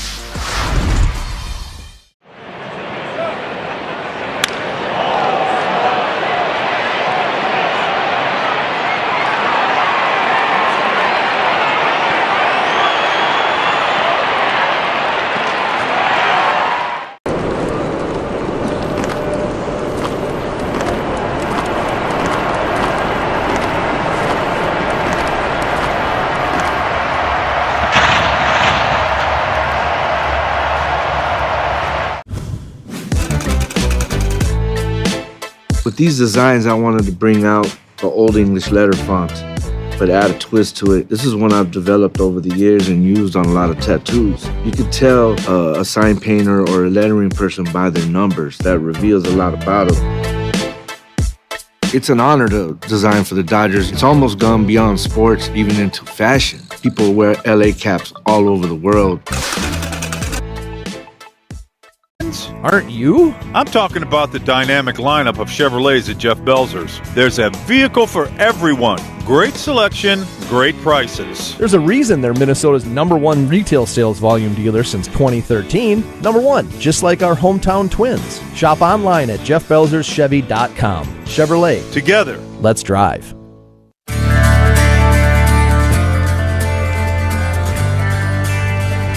Well, Seattle leads off here in the top half of the 6th inning. Rosarena bats. He had a single, came around and scored on a Luke Raley 2-run homer. And a pitch from Bailey Ober on the way. And a swing and a miss. Bailey lights out here in the 4th inning. A couple of strikeouts, and then got 3 pop-ups in the top half of the 5th inning. Weak contact all in the infield. So Seattle got that upswing. Slider missed outside. 1 ball and 1 strike. Rosarena came over from Tampa. 8 homers, 31 driven in. He's a clutch player. Popped up right side. Clemens out. Shallow right. Clemens drifting, and Clemens reaches up, puts that one away. Let's step out 10 seconds. Our stations to identify themselves. You're listening to Twins Baseball. AM 830 and 102.9 FM HD2 Minneapolis, St. Paul. The voice of Minnesota and the home of Twins Baseball. News Talk 830 WCCO. Raley bats, homered last time up, his 3rd of the year. It's in his 27th game. Oblique injury sidelined him. And this one's fouled, souvenir left side. Last 5 outs, all pop-ups. So Bailey kind of dialing in right now. 80 pitches, Twins bullpen quiet. Take away that 3rd inning, Bailey pitches a good ball game. And foul straight back. No balls, 2 strikes. He does swing hard, doesn't he? Big guy, good pop, and he can run. Those big guys better swing hard. Trying to think of a big guy that was a Punch and Judy. Takes this one low and in the dirt. Frank Thomas? I would not call him a banjo hitter. No? Okay.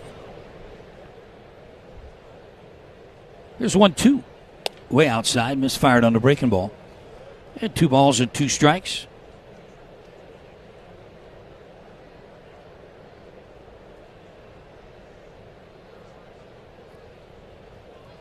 Over delivers 2-2 and a swing and a miss. Came right back with a changeup. That's a good pitch for Bailey. 6 strikeouts now for Bailey Ober. Canzone's going to bat. He's grounded out both times of the second baseman. In this 4-game series versus the Mariners, it is brought to you by your local Toyota dealers. Let's go places.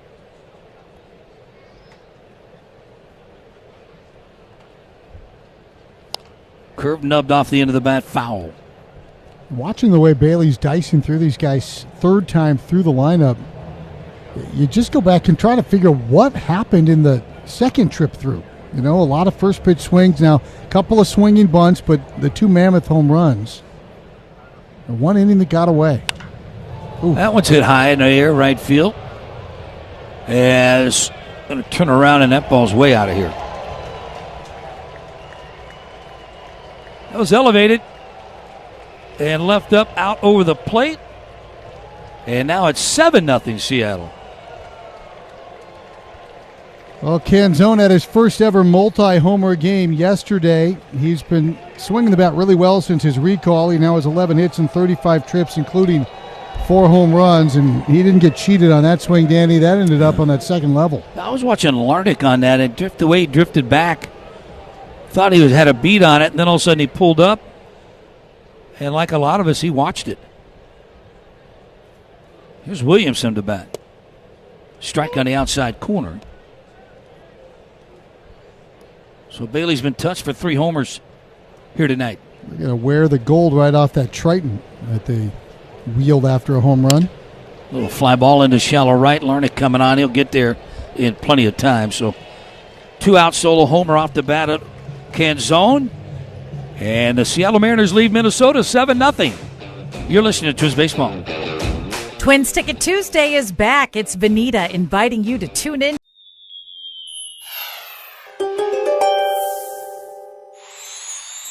You're not one to dwell on past strikeouts or errors, Gemini, but you do have a nostalgic streak for your early baseball days. You likely still have your first game ball or your old Little League jersey buried in a drawer. Digging up these collector's items and embracing them again, or passing them on to a fan or charity, will only enhance their value.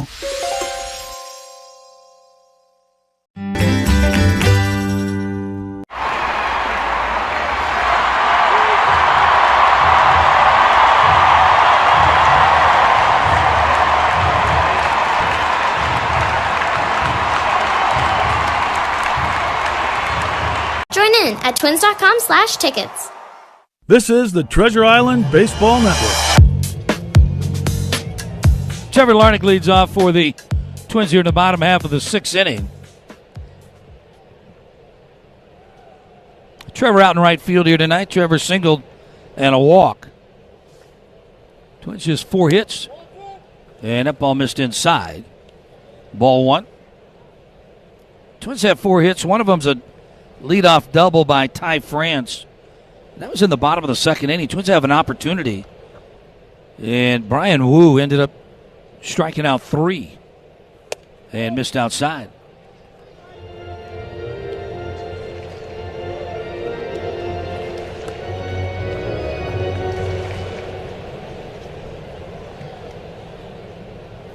Wu comes in. He had a record of 6-4, good ERA.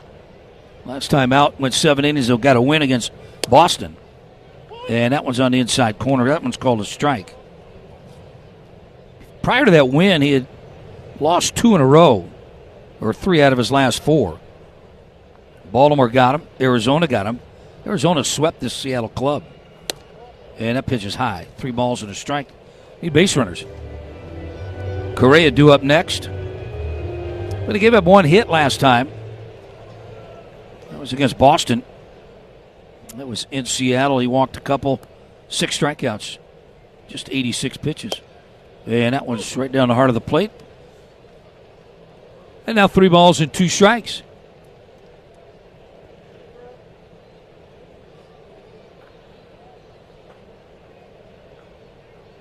Outfield shallow on Larnick. As Wu delivers. Hit high in the air, right center field. Might have a chance. Get up. We're going to play this one high off the wall. They're going to say it's a home run. Second base umpire now is ruling a home run. So Larnick gets the Twins on the board. There's his 11th of the year. Larnick got Wu in Seattle, and he gets him again here at Target Field, just over that high wall in right. He knew it right away. Good healthy cut from Trevor Larnick.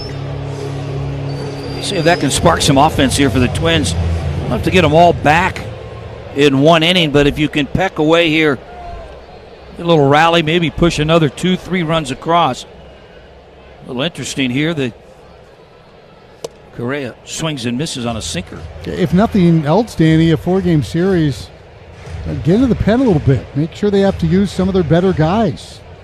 Make it a 7-4 game. Make them call on their closer. Here's 0-1 on the way and missed inside. Rare changeup from Wu. Yeah, sometimes that's all it needs is that one hit. Yeah, I agree with you, but so often in this last stretch of games, we've seen solo homers and then just nothing. That pitch didn't miss by much. Wu didn't like the call.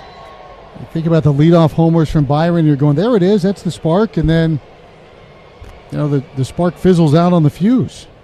Yeah, if you get into that bullpen, they got a little bit of a weak link. Get in there early, pitch down and in. They're going to see if he win. He did not, held up. 3 balls and 1 strike. Wu's walked 1, and that was Trevor Larnick back in the first inning. 9 strikeouts.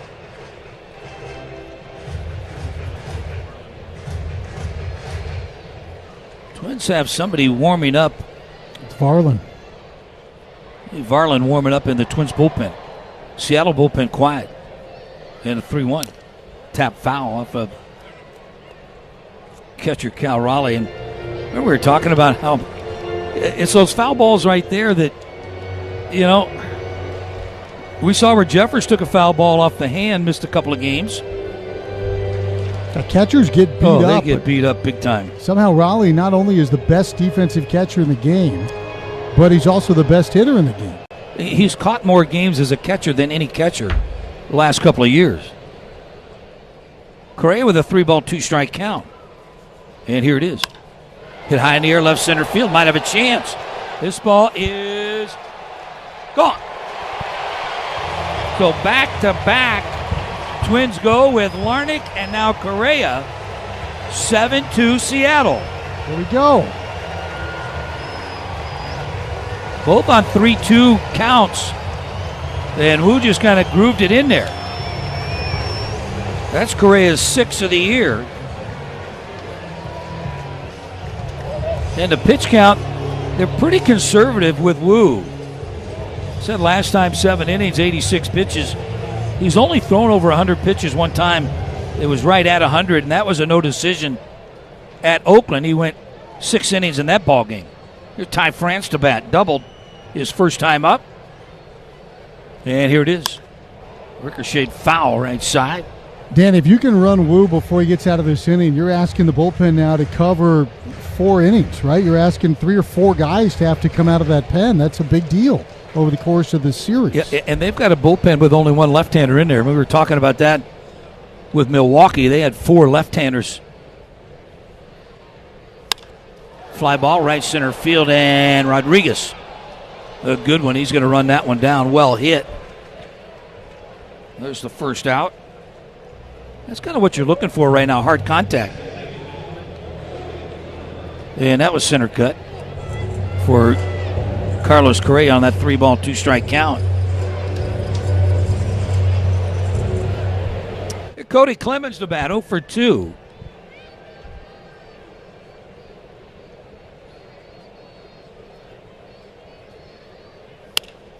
There's a fly ball, shallow right. Rayleigh there, and Rayleigh, or Canzone, come in and catch that. Got in on him a little bit. Here's Harrison Bader to bat. Now the Twins hit 2 out, so the next 2 guys looking to do the same thing. France, good contact on his, more of a liner to right, but Cody tried to get underneath that and just missed it. You'd be surprised, Chris, how, yes, hitters might think along those lines as, well, he went yard. Hey, why can't I go it? I'll go do it. And then you get long with your swing and you get jammed. As Bader takes this one down and away. And the difference was those guys jumped early in counts, right? Whereas Larnach and Correa worked into full count situations. 3 ball, 2 strike counts, yes. And he's not going to walk you up 7-0. No. And that one's down in the dirt. Let's head on down to the farm. How about that minor league update? Saints first baseman Aaron Sabato delivered that extra inning walk-off single yesterday in a 3-2 win over Toledo. Sabato, promoted 10 days ago, has helped the new squad in the first half with a victory. Marco Rea also tossed 5 scoreless innings. And there's a high strike call to Bader.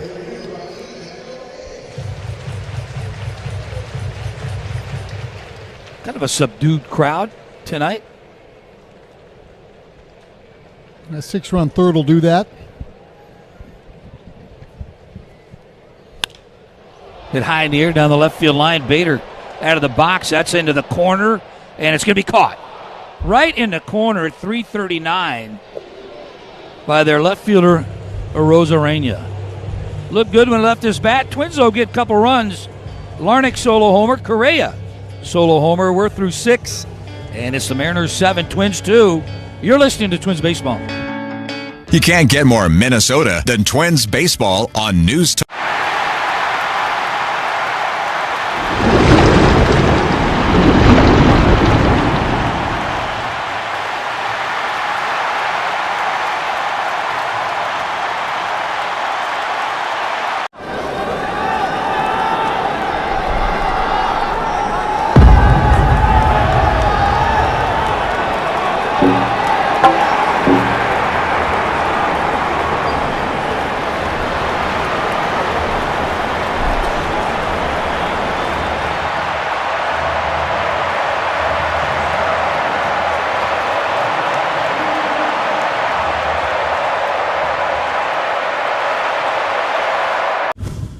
So without further ado, snap on your time goggles and prepare to zoom 1,000 years into the future. The D-backs are still the D-backs, though now they're represented by a robotic techno-snake, and the Cubs have embraced their future amongst the stars, now being represented by Ursa Major. Minneapolis was the first to establish relations with our extraterrestrial friends. The Rays are the cosmic rays flying through space in their devil ray-shaped spacecraft. All right, Ryan, PSA dove in. Do we have them graded? We do. This is the first set of graded cards from the 2024 Topps MLB Network set. I'm so excited about this. Now, they all have the same grade, or? No. So one of us will be like the highest graded card. Could be. There could be multiple. So first up, we got Mark DeRosa. Let's see what D-Rose. Of course, D-Rose a 10 out of 10. Handsome, athletic. All right.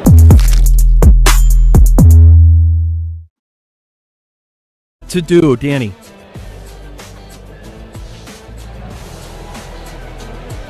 And this portion of Twins Baseball is brought to you by your local select Heartland Chevy dealer. Log on to ChevyDealOnline.com. Find a dealer near you. I'm going to find my partner. Here he is with Chris. I'm here. Fedderberry. Well, Cole Young is batting. You found your headset. Now you found your partner. Bailey Ober's still out there.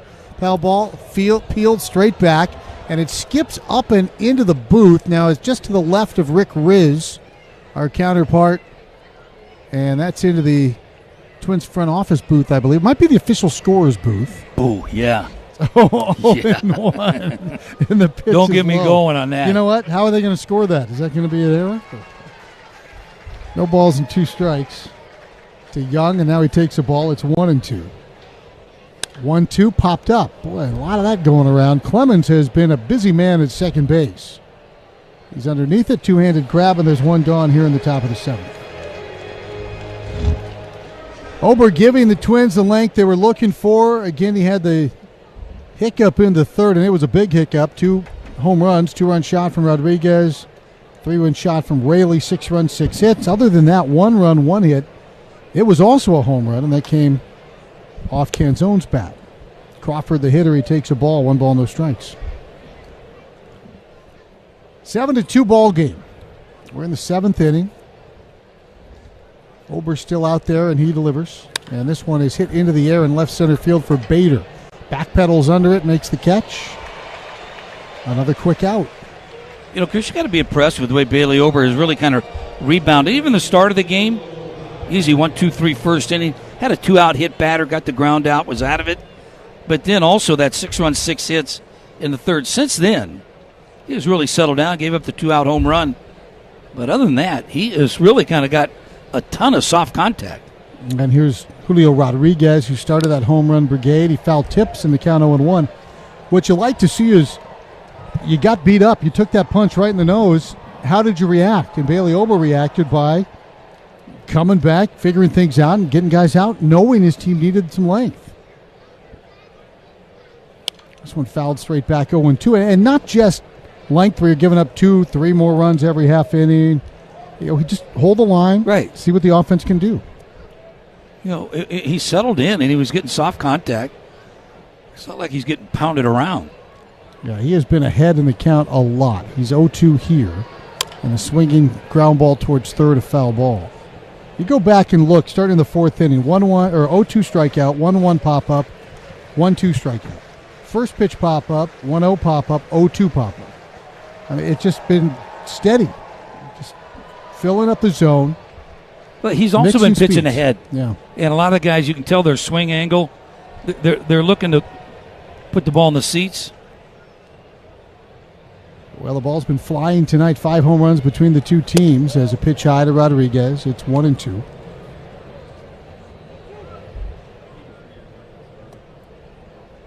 Game 1 of a 4-game series, Twins and Mariners. Mariners took 2 of 3 in Seattle. They were all barn burners.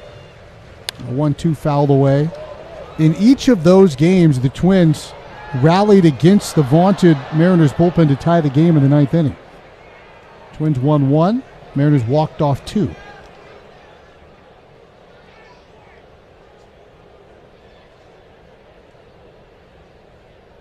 Trying to put away Rodriguez. Here's the 1-2 pitch. Swung on and fouled away again. Julio is leaning out to spoil that one up the right field line into the second level. We mentioned there are some Mariners jerseys up here. I've got an Ichiro, I've got an Edgar Martinez, and I've got a Ken Griffey Jr., all Hall of Famers. 1-2 just high. 2-2. Pretty good start to a lineup, right? Pencil in Ichiro to lead it off, and slap Edgar in the 2-hole, and the kid in the 3 spot. 2 balls and 2 strikes, 2 outs in the inning. Over the leg kick, the pitch, swung on a miss, and he struck him out. Another 1-2-3 from Bailey Ober. Ober goes 7. Twins trail 7-2. Work to do offensively after we stretch on your home for Twins baseball.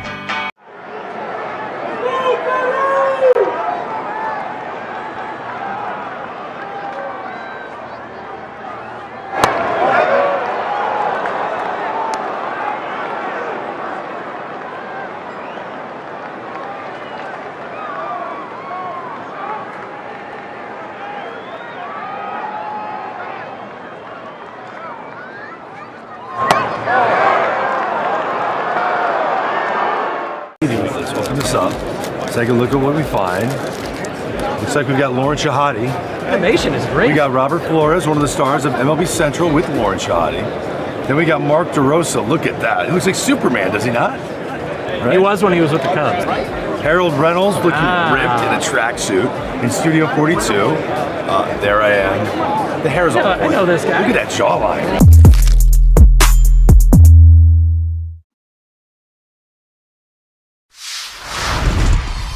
The name of the business is Legacy Catering. We all were talking about how mom taught us all how to cook. She was a cook at the public school system for ages. So we all started cooking with her, so we decided, to do the business, so we went to figure out what we're going to call it. So we said, let's cook in honor of our mother. So that's when legacy came in. And just remember that legacy catering is about people. And this is what barbecuing is all about. And this is why we love it. Book your stay now at TICasino.com. Treasure Island Resort and Casino. Destination fun. You could wonder what to do on Saturday until it's Sunday, or hit 612 Saturdays at Target Field. Get to the park early for $6 drinks, $1 snacks, and $2 food. Hit the weekend wind-up with 612 Saturdays, presented by Car Bliss. Join in at twins.com/tickets. You're listening to the Treasure Island Baseball Network. Well, Eduard Buzzardo made his big league debut against the Twins back in 2021. He was wearing a Red Sox uniform at that point in time. Now a Mariner, throws slider, four-seamer, sinker, the occasional split. He faces Christian Vasquez, then Buxton and Wallner. Buzzardo, a righty, brother of Yorman Buzzardo, former big leaguer, and the first pitch is in for a strike to Vasquez. 7 runs, 7 hits for Seattle. 2 runs on 6 hits for the Twins, both on solo homers. That's been the trend of late. Breaking ball popped up. Third base side, Williamson takes a look, but that's well out of play. That will rattle around for a souvenir strike 2. Vasquez glad to see Wu depart. 0 for 2, 2 strikeouts. Wu struck out 9 through 6 innings. 2 runs on those 6 hits, a single walk. That was to Larnach. Larnach, the one guy Wu couldn't solve. He went 2 for 2 with a walk. 0-2 pitch. And that's just off the plate. And it's 1-2. And that marks now the 15th straight start to begin the year of going at least 6 innings for Wu. 2 shy of Langston 17. The team record, Randy Johnson with 20. There's the 1-2. Swung on and popped up again. Third base line. Williamson racing near the tarp. And that one sails out of play. Right near a fan in a fully decked out Mariners jersey, but it's a Little League jersey. Buxton's on deck, and then Wallner. Twins down 5 in the 7th. Very similar to yesterday, frankly. That one big inning, the 6-run third. 1-2 pitch, just off the outside corner. Boy, that didn't miss by a lot. 2-2. And Danny, you're down 5, and you're thinking back to those great opportunities in the first couple of innings if you're the Twins. But you can't dwell on it. You have to focus forward here on Buzzardo.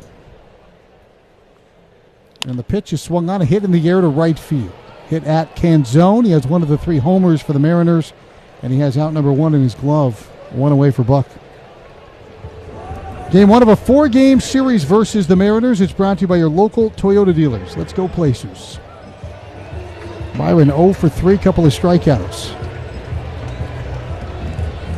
He has been red hot. 20 RBI in his last 19 games, hitting .338 in that span. That's since coming back off the concussion injured list. And the first pitch foul tipped, and the count is 0-1. When you played, of course, the Mariners were in the King Dome. Mm-hmm. You guys would go from your dome to their dome. What was the same? What was different? Well, obviously it was a dome. It was a little bit louder. They had that Mariners, the ship, out in left center field. 0-1 like a pirate ship. They had a cannon that would stick out, and every time they hit a home run, they would blow that thing off. Under that big cement roof. I bet that was loud. Very loud. Especially when you're running to left center field to pitch low 2-1. Try to, think you got a chance on it. Buck and I would drift over there, and all of a sudden that cannon would go off, and wow. Not fun. No. 1 ball and 2 strikes to Byron. He hits this ball high in the air, popped up. Williamson in from third. Raleigh out from behind home plate. It's Williamson's ball, and he makes the catch. Pop-up out number 2. But, we see those pop-ups a lot. That was perfectly executed in terms of what you talk about all the time, how that's either the third baseman or the first baseman's ball based on the angle. Well, it's easier for the third baseman to come in there. The catcher, kind of easy play here for Raleigh, too, but let that third baseman be aggressive and come in here and take charge. The catcher's not going to have a problem with that. No, better glove for it, better angle for it. 2 quick outs, it's Wallner's turn. Bizzardo a high leg kick, and he delivers a strike on the knees at 96. I think I noticed with the Seattle Mariners when they throw the ball around the infield, or they always throw the ball out of the game. They throw it to the left fielder, Arozarena, and then he takes it and he throws it to a Seattle fan out in left field. Pitch down and in. 1-1. As a former left fielder, you got to like being included. Well, as a former left fielder, I told you we got in trouble. Or I did. I got Andy McPhail, the general manager at the time, called me and said, "Hey, you're giving too many balls away." The 1-1. Did you talk to him and say, "Hey, how many has Blyleven given away this year?" I think 50 is a foul ball. It's 1-2. My favorite's when you wrap the $100 bill around the ball and threw it. Was it Philly? And you bought or Fenway? New York. Yeah, and you bought drinks for him. Said, "Hey, quit heckling me. Have some drinks." I had the clubhouse kid walk out in left field down the line, and he came down the section, and he's going there. No, yep, right there. 1-2. There's a strike 3 call. It's been a long night for Wallner. That's his second strikeout looking. Bizzardo, a buzzsaw in the bottom of the 7th. We come back for the 8th. It's a 7-2 Mariners lead on your home for Twins.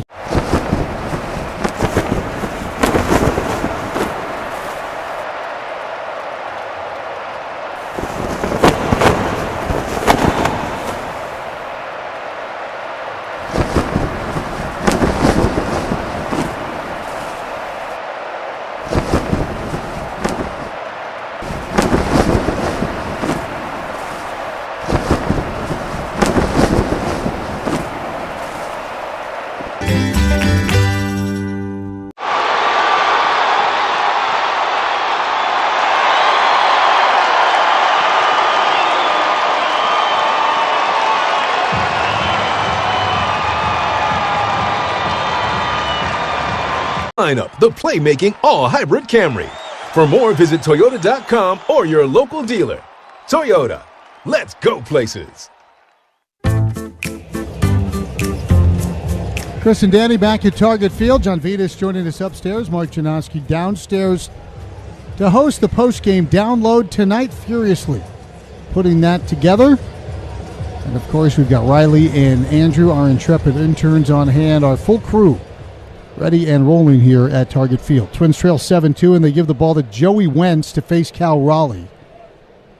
Raleigh bats from the right side as he takes a first pitch from Wentz downstairs. 1 ball and no strikes.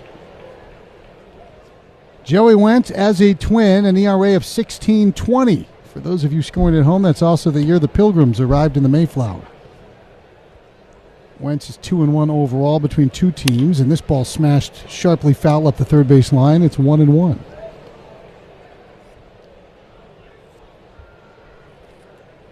Hoping probably to get a couple innings out of Wentz here. Twins, I think, hoping to make some inroads offensively there with the top of their order coming up in the previous half inning, and when Bizzardo set him down in order, they turned to Wentz to face the most dangerous hitter in baseball right now, Cal Raleigh. He's 1 for 3 with a swinging bunt infield hit today. He comes set, and Raleigh kind of checks his swing. Did he go? You bet he did. It's 1-2. Raleigh had the 4 homers off the Twins in Seattle.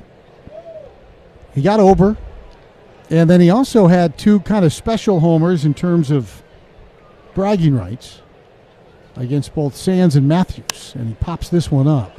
Boy, Cody Clemens has had a field day in shallow right field. He's back under another one, and Cody makes yet another catch. We got about 4 or 5 of those F4s in the scorebook. Raleigh retired, Polanco bats, but yeah, Cole Sands and Cal Raleigh were roommates in college, teammates at Florida State, battery mates, very good friends. So as Cole said, he won the text chain. And then Debbie Matthews attended the same high school as Cal. They're the only 2 players from that high school to ever make it to the big league, so he wins the alumni game award as well. Polanco takes high. 1 ball, no strikes to Jorge Polanco. Up and down year, again, a scorching April, a frigid May.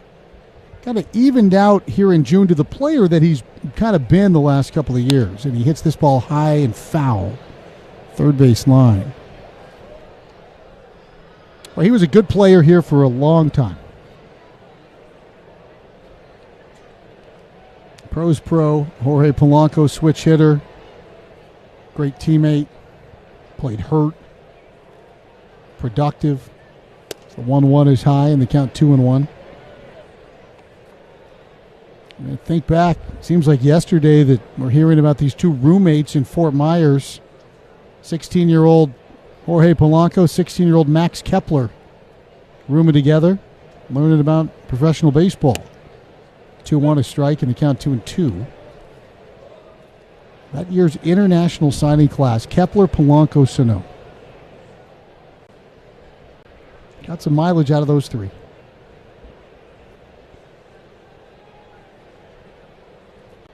Pitch swung on a miss, and Polanco's down on strike. So Wentz back-to-back outs, and he'll face a Rosarena.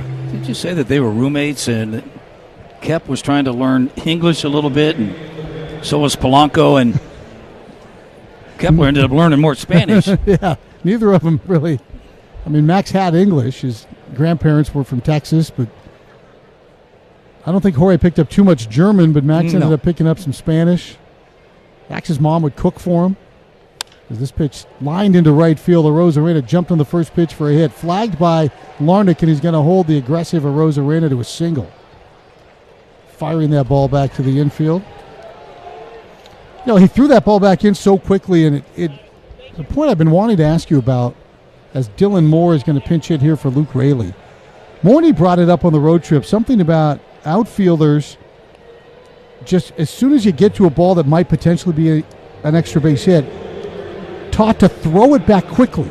Just get it going quickly, because often the base runner would look at the arm action and say, oh, he's got it, and not really be able to follow the ball and hold up. Is that something that you thought about? It's easier for the base runner going down to first base to right field. Did you see the right fielder fielding it? And I was watching a Rosarena. He ran hard the whole time. And usually you stop the base runner with the throw back into the infield, and that's sure enough exactly what happened. Same with center field, right center, left center. More down the left field line, you're going to rely a little bit more on my first base coach to come up there and instruct me as I'm touching first base. Dylan Moore batting right-handed. He's hitting here for Luke Raley as Wentz throws to first and Rosarena gets back. Rosarena has not been caught on the base pass this year. He's 14 for 14, and he is uber aggressive.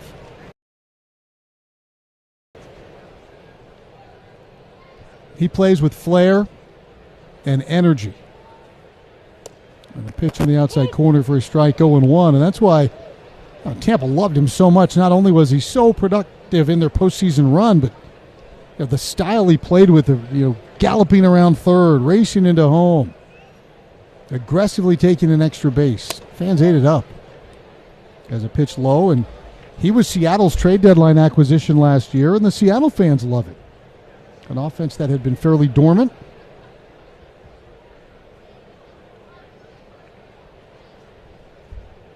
One ball and one strike to Dylan Moore.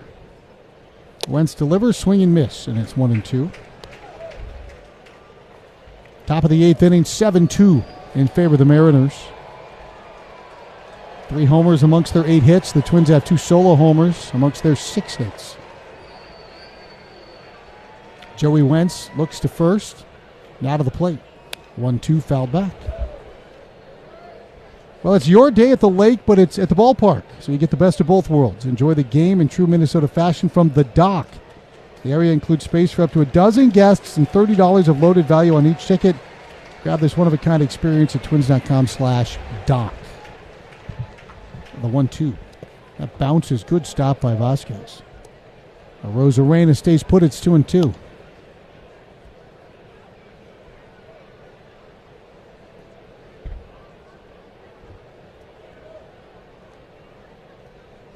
Two balls and 2 strikes to pinch hitting Dylan Moore. Versatile guy, can play all over the diamond.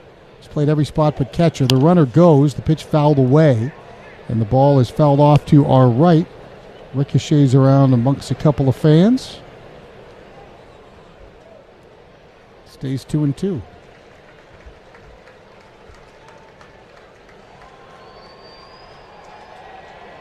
Randy taking his time getting back to first. We had that story from Jim Cott about Zoilo having to race a horse in the minor leagues. Randy raced a horse. He raced like a thoroughbred horse in the offseason after the World Series. A big event, people having fun, a lot of money changing hands, and not sure if the horse won or not.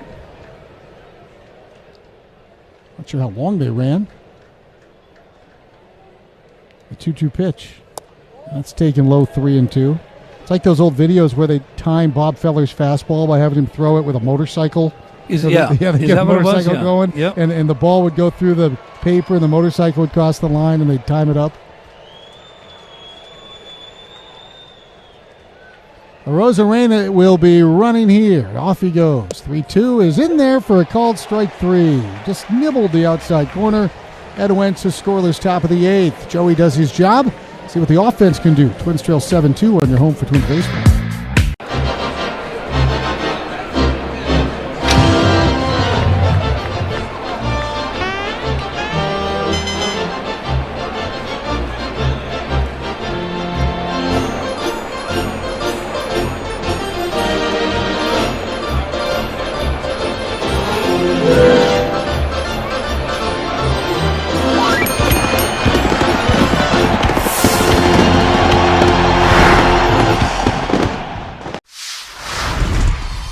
I'm gonna go check out Food Truck Row. So, what did you guys get today? Philly cheesesteaks. Both of you got the same thing. Are they that good? Oh yeah. Got a hot dog and some fries. Just kind of basic ballpark. Chicken bacon sandwich. Uh-huh. Philly cheesesteak. Okay. And some Crinkle cut fries. Okay, where are you guys from? We're from Dallas. Dallas. That's what's fun about baseball. It brings different regions together, not just the ball and glove and bat, but what we're eating.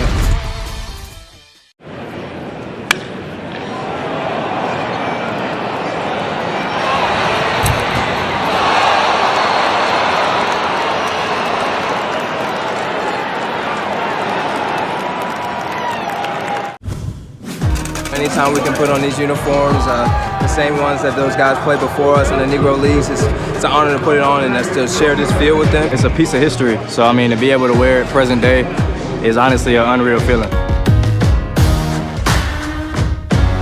Once the lights are on and the anthem takes place and you're standing there on the line, it'll sink in as to what this moment really means, because I do think it's a meaningful day.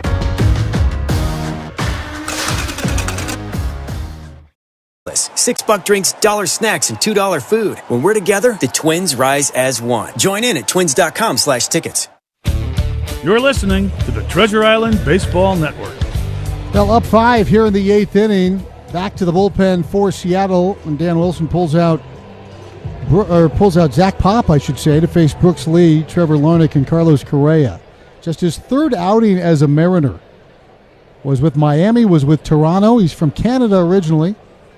And his first pitch to Brooks Lee is taken down, 1 ball, no strikes. Brooks popped up in the 5th inning to snap a run of 5 consecutive at-bats with base hits.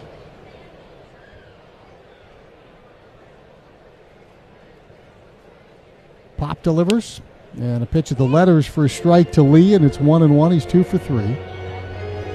Went from Ontario to the University of Kentucky, where he pitched collegiately. Dodgers drafted him. Signed there, went to the Orioles in a big trade for Manny Machado. It's a ground ball to the right side. Picked up at second base by Young, throws to Moore, the new first baseman, and Brooks Lee is out. 1 down for Larnach. So he was traded for part of the Machado deal.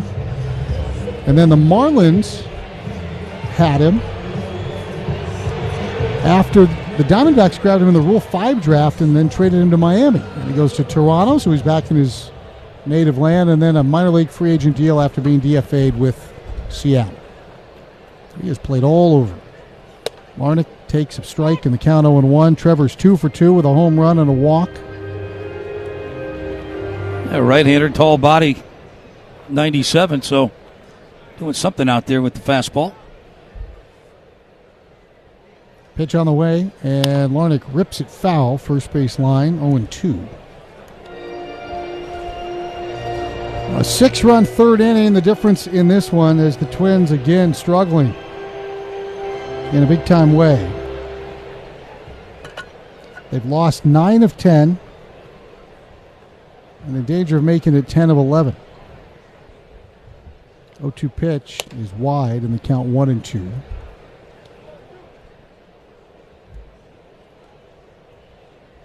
Mariners, we told you, they're better on the road offensively than they are at home. One of the best OPSs away from their home ballpark in the league. As a check swing by Larnach on the pitch down and in. Couldn't hold up, and he's out on strikes. Boy, it was down and in. That's the one you talked about. It's either going to hit me or I'm going to have to hit it. It's a tough one to... You commit to it, and then you just realize I got to hold up, and you just go around too far. Yeah. Tough call for the third base umpire, but I got to say he didn't go around on that one.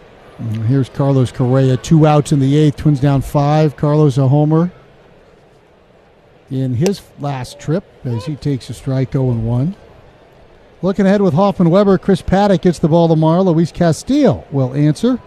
First pitch at 6:40 on the air at 6. Look to Hoffman Weber Construction for all your roofing, siding, and window needs in the Metro and the Brainerd Lakes area. Correa watches wide. I told you I saw a Hoffman Weber trailer set up over the weekend in my neighborhood. Checked it out today. That work site was on fire. They were working clean, crisp, very tidy, very professional, very impressive. A 1-1 strike pitch.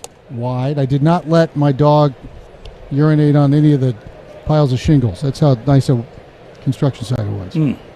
Would your dog even do that? Oh, they sniff you leave anything on the sidewalk? Yeah, she's all into it. They're marking their spot. Yeah. It's my territory. Let them know where they are. 2-1, lined into center field. Rodriguez plays it on a hop. A 2-hit night for Correa.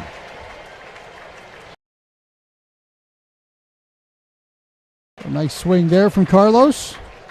Back-to-back multi-hit games for Carlos Correa. And here's Ty France against his old club.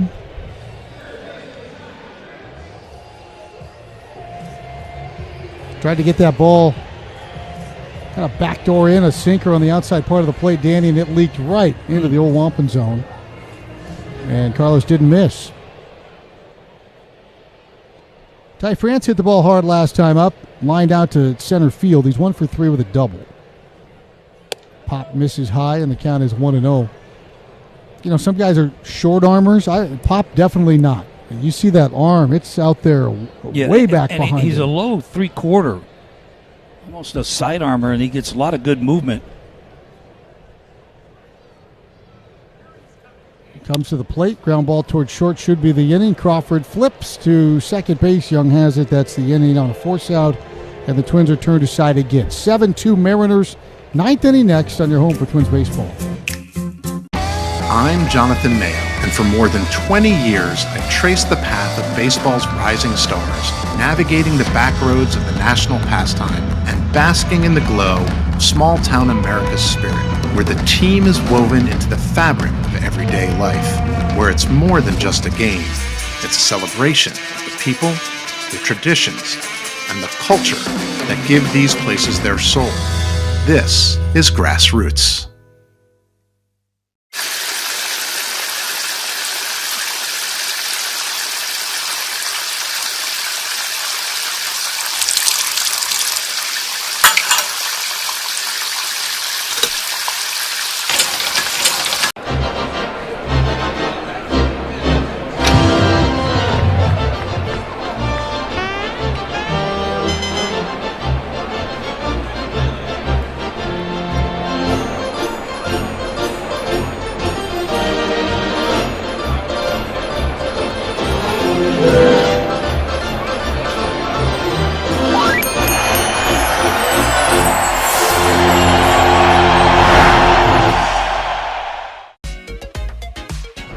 Well, this is a World Series card.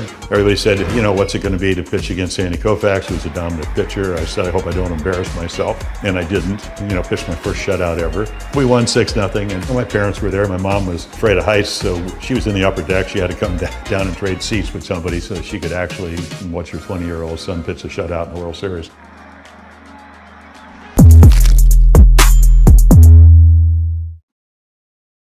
Back to the Future is copyrighted by Universal City Studios, LLC, and Amblin Entertainment, Inc. You're listening to the Treasure Island Baseball Network. Hello, Wayne Newton here at the ballpark.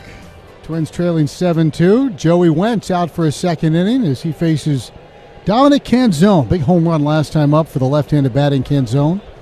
Lefty on lefty here, and a strike called 0-1. Canzone acquired from Arizona in the Paul Sewald trade a couple of years ago. He's out of Ohio State. Since his recall, he's hit well over 300. Filled a void in right field. As a pitch for a strike, it's 0-2. When we were in Seattle, it was Leody Taveras getting all those at-bats. Right. And they finally just said, And they asked him if he would accept the assignment. He went back down to Tacoma. That Sewald trade, didn't that unravel, upset some of the Seattle Mariner players? Because he was like their closer. He was their closer as this ball is smoked to right field. Larnach wisely turns, plays it off the wall, and he'll hold him to a single. Can't play it better than that if you're Trevor Larnach. 0-2 left on left. Rocket to right for Canzone. Nice job. I think you're thinking about the trade the year before with Houston. And it was, I know Abraham Toro was involved in that trade. And it wasn't him. Toro came back in the trade from Houston. And it was a reliever. It was the reliever went to Houston. Yeah, and Wickman Toro came back, and Kendall Graveman. Ooh. Line drive right back up the middle. It hit Wentz right in the belly button. And Williamson will be safe at first. Canzone is safe at second, and Rocco and Massa out to check on Joey Wentz. Wentz bent over. That ball crushed right back through the box at 91 miles an hour. That covers 60 feet in a hurry. Wentz had the presence of mind to go get it. Now he's standing up. Got him right in the midsection, I believe. Yeah, right. Looked like he was, if I'm doing some lip reading here, said at least it wasn't my face. It didn't hit him in the face, and it didn't hit him below the belt, so that's 2 wins. And Wentz went out and grabbed it, stayed with the play, but boy, that smarts. So back-to-back base hits to start the 9th. Why don't we go ahead while they tend to Wentz and take 10 seconds for station identification on your home for Twins Baseball. Hi, this is Chris Atterbury, and you're listening to Twins Baseball Simulcast on WCCO, KMNB HD2 Minneapolis, St. Paul, and KMNB FM and HD Minneapolis, St. Paul. Wentz going to get a little warm-up pitch here. Williamson hit it. Canzone at second. Yeah, Canzone came with Josh Rojas was part of that deal, and Sewald went to Arizona. But the Graveman trade, you're right. That was one of the years where the Mariners were kind of like the Twins, where you're kind of hovering, you still feel like you're in it. And Graveman was beloved by his teammates. And that one did not go well with it was that clubhouse. Graveman trade. He went to Houston. Abraham Toro came back in the deal. And that's the thing. You know, when you're a fan, the trade deadline's like moving pieces on a board, right? But when you're in the clubhouse, even the team say, go get a guy, go get a guy. Well, to go get a guy, you got to say goodbye to one of your friends. Yep. And that's the human part of this whole element. Wentz is going to stick around. He's okay. Cole Young will bat. Young bats left-handed. He's 1 for 3. Again, his first career hit came against the Twins. 2 on.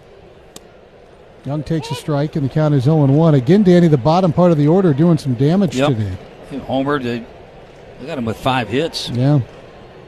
3 runs scored. And Raley in the 6th spot with a 3-run homer, too. The swing and miss, it's 0-2. Everyone said Raleigh, Raleigh, Raleigh, and Cal is 1 for 4 with an infield hit, and the rest of the guys have done the damage. Sign of a good team.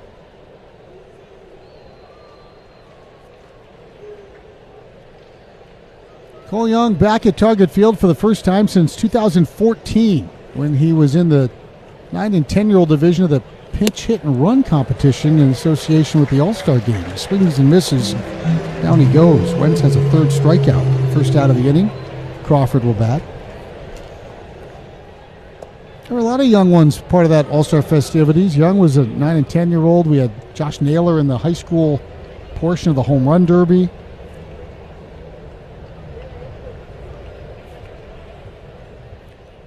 Pitch on the way to Crawford, fouled off, and the count 0-1.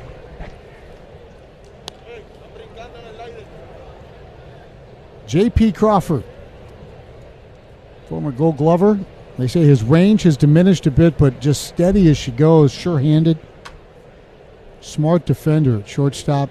Capable offensively, that's for sure. He takes wide 1-1, and he sees a ton of pitches.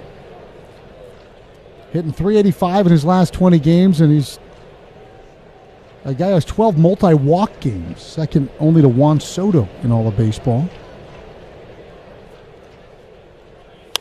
Fouls one away. His cousin was Carl Crawford, who lined up alongside Rocco Baldelli for many a game with the then Tampa Bay Devil Rays.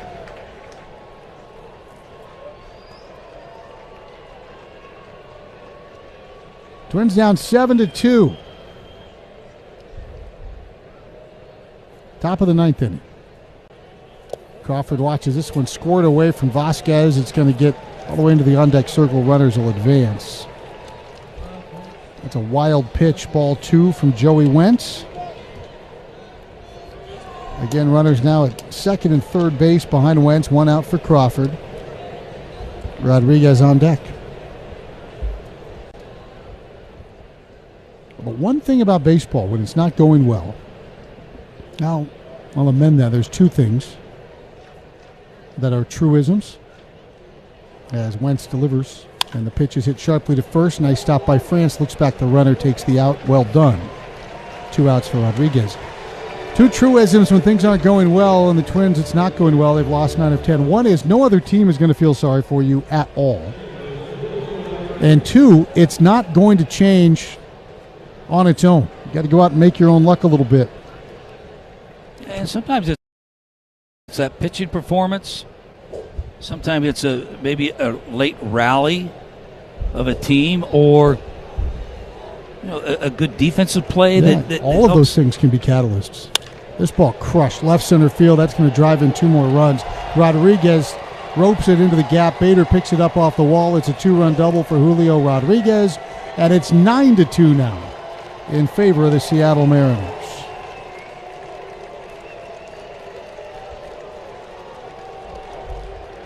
Nine runs. I'm going to run through some numbers here for you, Danny. 9 tonight, 9 yesterday, 9 Saturday, 17 on Friday. Beat the Reds 12-5 the day before that. So since coming home to Target Field, they've given up 9 or more runs in every single game. That's not a good recipe. Yeah, when we came home, this was our home field advantage. Yeah, had a really good record. Yeah, we did. Cal Raleigh getting another hack at it, and he swings and fouls. It's 0-1. Chris, when you're not playing well, it seems to kind of snowball. When did it start? And it could be something different every night. But one thing it comes down to is pitching, defense, which defense should never go in a slump. Should not. And the offense. So it's, when you have poor offense, and really the pitching only just one bad inning for Bailey Ober. But there's no offense. Twins had momentum early in the ballgame, didn't capitalize on it. 0-1 to Raleigh's on his shoe tops. Go back to the first inning, had a 2 on, 2 out. Correa ended up striking out. Then the leadoff double, still scoreless. Had a leadoff double and just came up with nothing. And Wu ended up striking out 3 that inning to get out of it. Next inning, you give up 6, and even then you come back with 2 quick base hits. Do nothing with it. Nothing. Pitch delivered, and it's downstairs, and the count is 2-1. Twins were playing great baseball. They come off the winning streak. They played really well in Seattle. They clobbered Oakland 2 games in a row, and then it was that last day in Sacramento, pardon me. And that last day in Sacramento, it got ugly, and it's been ugly ever since. 2-1, hit high in the air for Raleigh. Bader drifting back. Bader's at the wall, and that's number 32. Cal Raleigh, 2-run shot. He is demolishing the record books and doing things a catcher has never, ever done. It's 11-2 Mariners.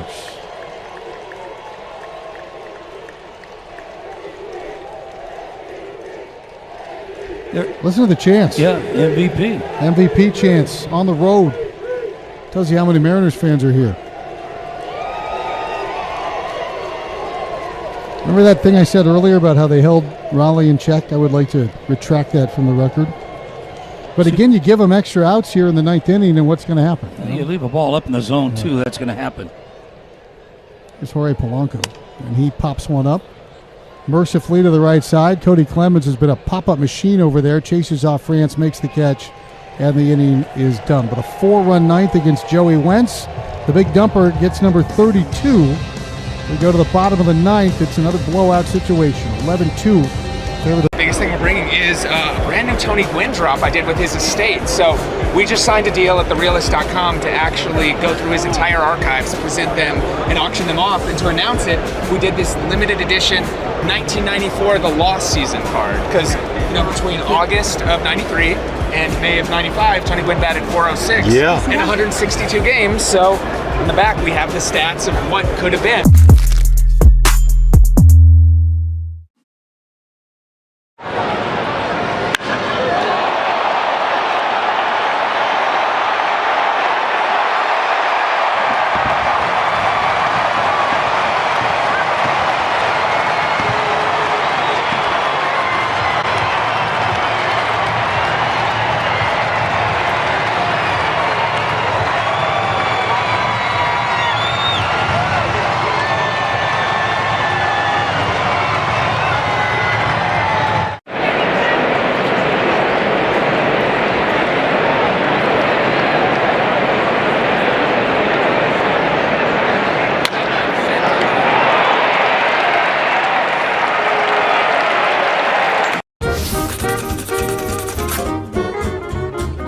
Guess who that is?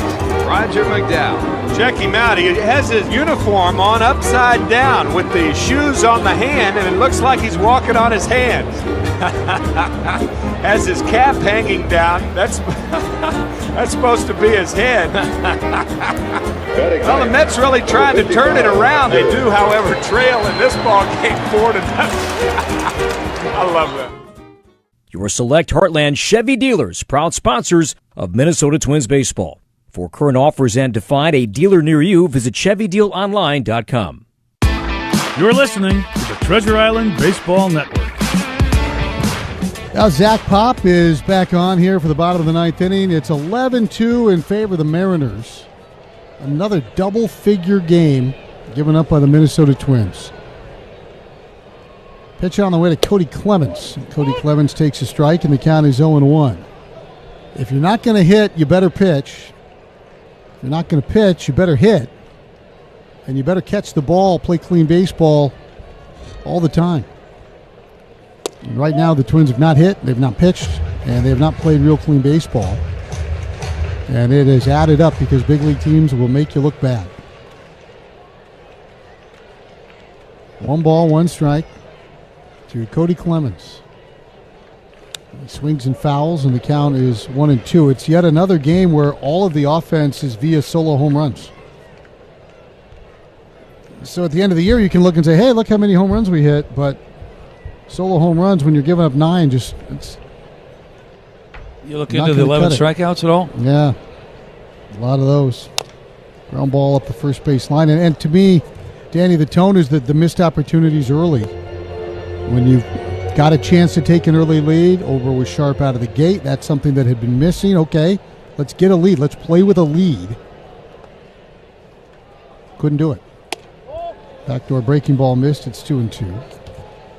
And I know that as frustrating as it is to watch, the most frustrated group are the guys in that dugout and in the clubhouse, grinding away every day, trying to figure it out. 2-2.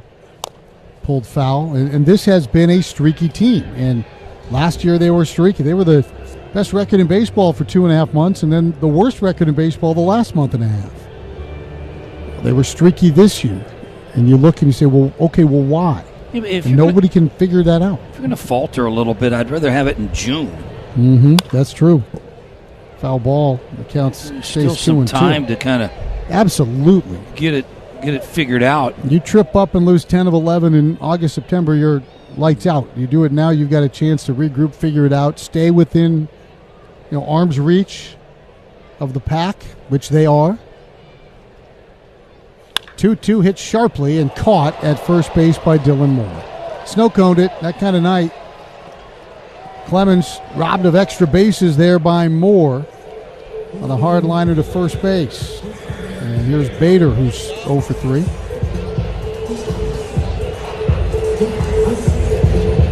So you've been in those clubhouses, Danny, on teams that have been in, in the flat spin like this, and it's tough.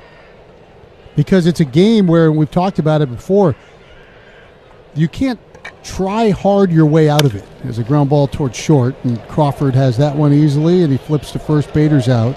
Twins down to their last out. The harder you squeeze the bat, the harder you swing, harder it is to have success. But it's also doing, you just threw the ball out to the left fielder. Rosarena has been given about 10 balls out.